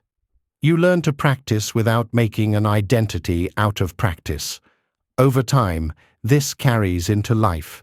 You no longer define yourself by being spiritual or unspiritual. You simply live in alignment with truth, free of labels. The subtle joy of non-arrival taught that peace is not found in everything working out. In the same way, detachment teaches that spirituality is not about adding more to yourself. It is about subtracting the illusions that keep you bound. When you let go of using spirituality as possession, you find that true practice is simple, humble, and free. It does not make you someone greater, it makes you someone lighter. Ultimately, detachment as antidote to spiritual materialism brings you back to the heart of Dharma. The path is not a competition, not a decoration, not a badge of honor. It is the steady letting go of clinging, the gentle release of illusion, the quiet cultivation of compassion. When spirituality is no longer owned, it becomes alive. When it is not possessed, it possesses you in the best sense, filling your life with freedom, clarity, and peace. In this way, detachment protects the purity of practice. It keeps you from turning the medicine into poison, the path into prison, the Dharma into identity. And in that protection, it returns you to what the Buddha intended all along, not to become more, but to become free. After walking through these teachings, one truth echoes above all others. Peace comes not from chasing, forcing, or clinging, but from trusting the natural rhythm of life. Detachment is not coldness, it is freedom. It is the sharp mind that sees through illusions, the steady body that walks with patience, the open heart that loves without owning, and the quiet spirit that rests in timing beyond control. Desire dissolves, waiting ripens, silence heals, and even non-arrival carries hidden blessings. And when control itself is surrendered, what returns is deeper than anything the ego could demand: clarity, compassion, and freedom. So the next time you feel restless about what has not yet come, remember, if it is meant for you, it will arrive when the causes are ready, and if it does not, that too is a gift. Now, I want to hear from you. Which of these lessons touched you the most? Was it the freedom of letting go, the patience of waiting, or the joy of loving without ownership? Share your thoughts in the comments. I'd love to know how these teachings land in your own journey. And if these insights gave you value, make sure you subscribe and hit the bell so you never miss the next teaching. More wisdom is waiting, and together, we'll keep walking this path of freedom.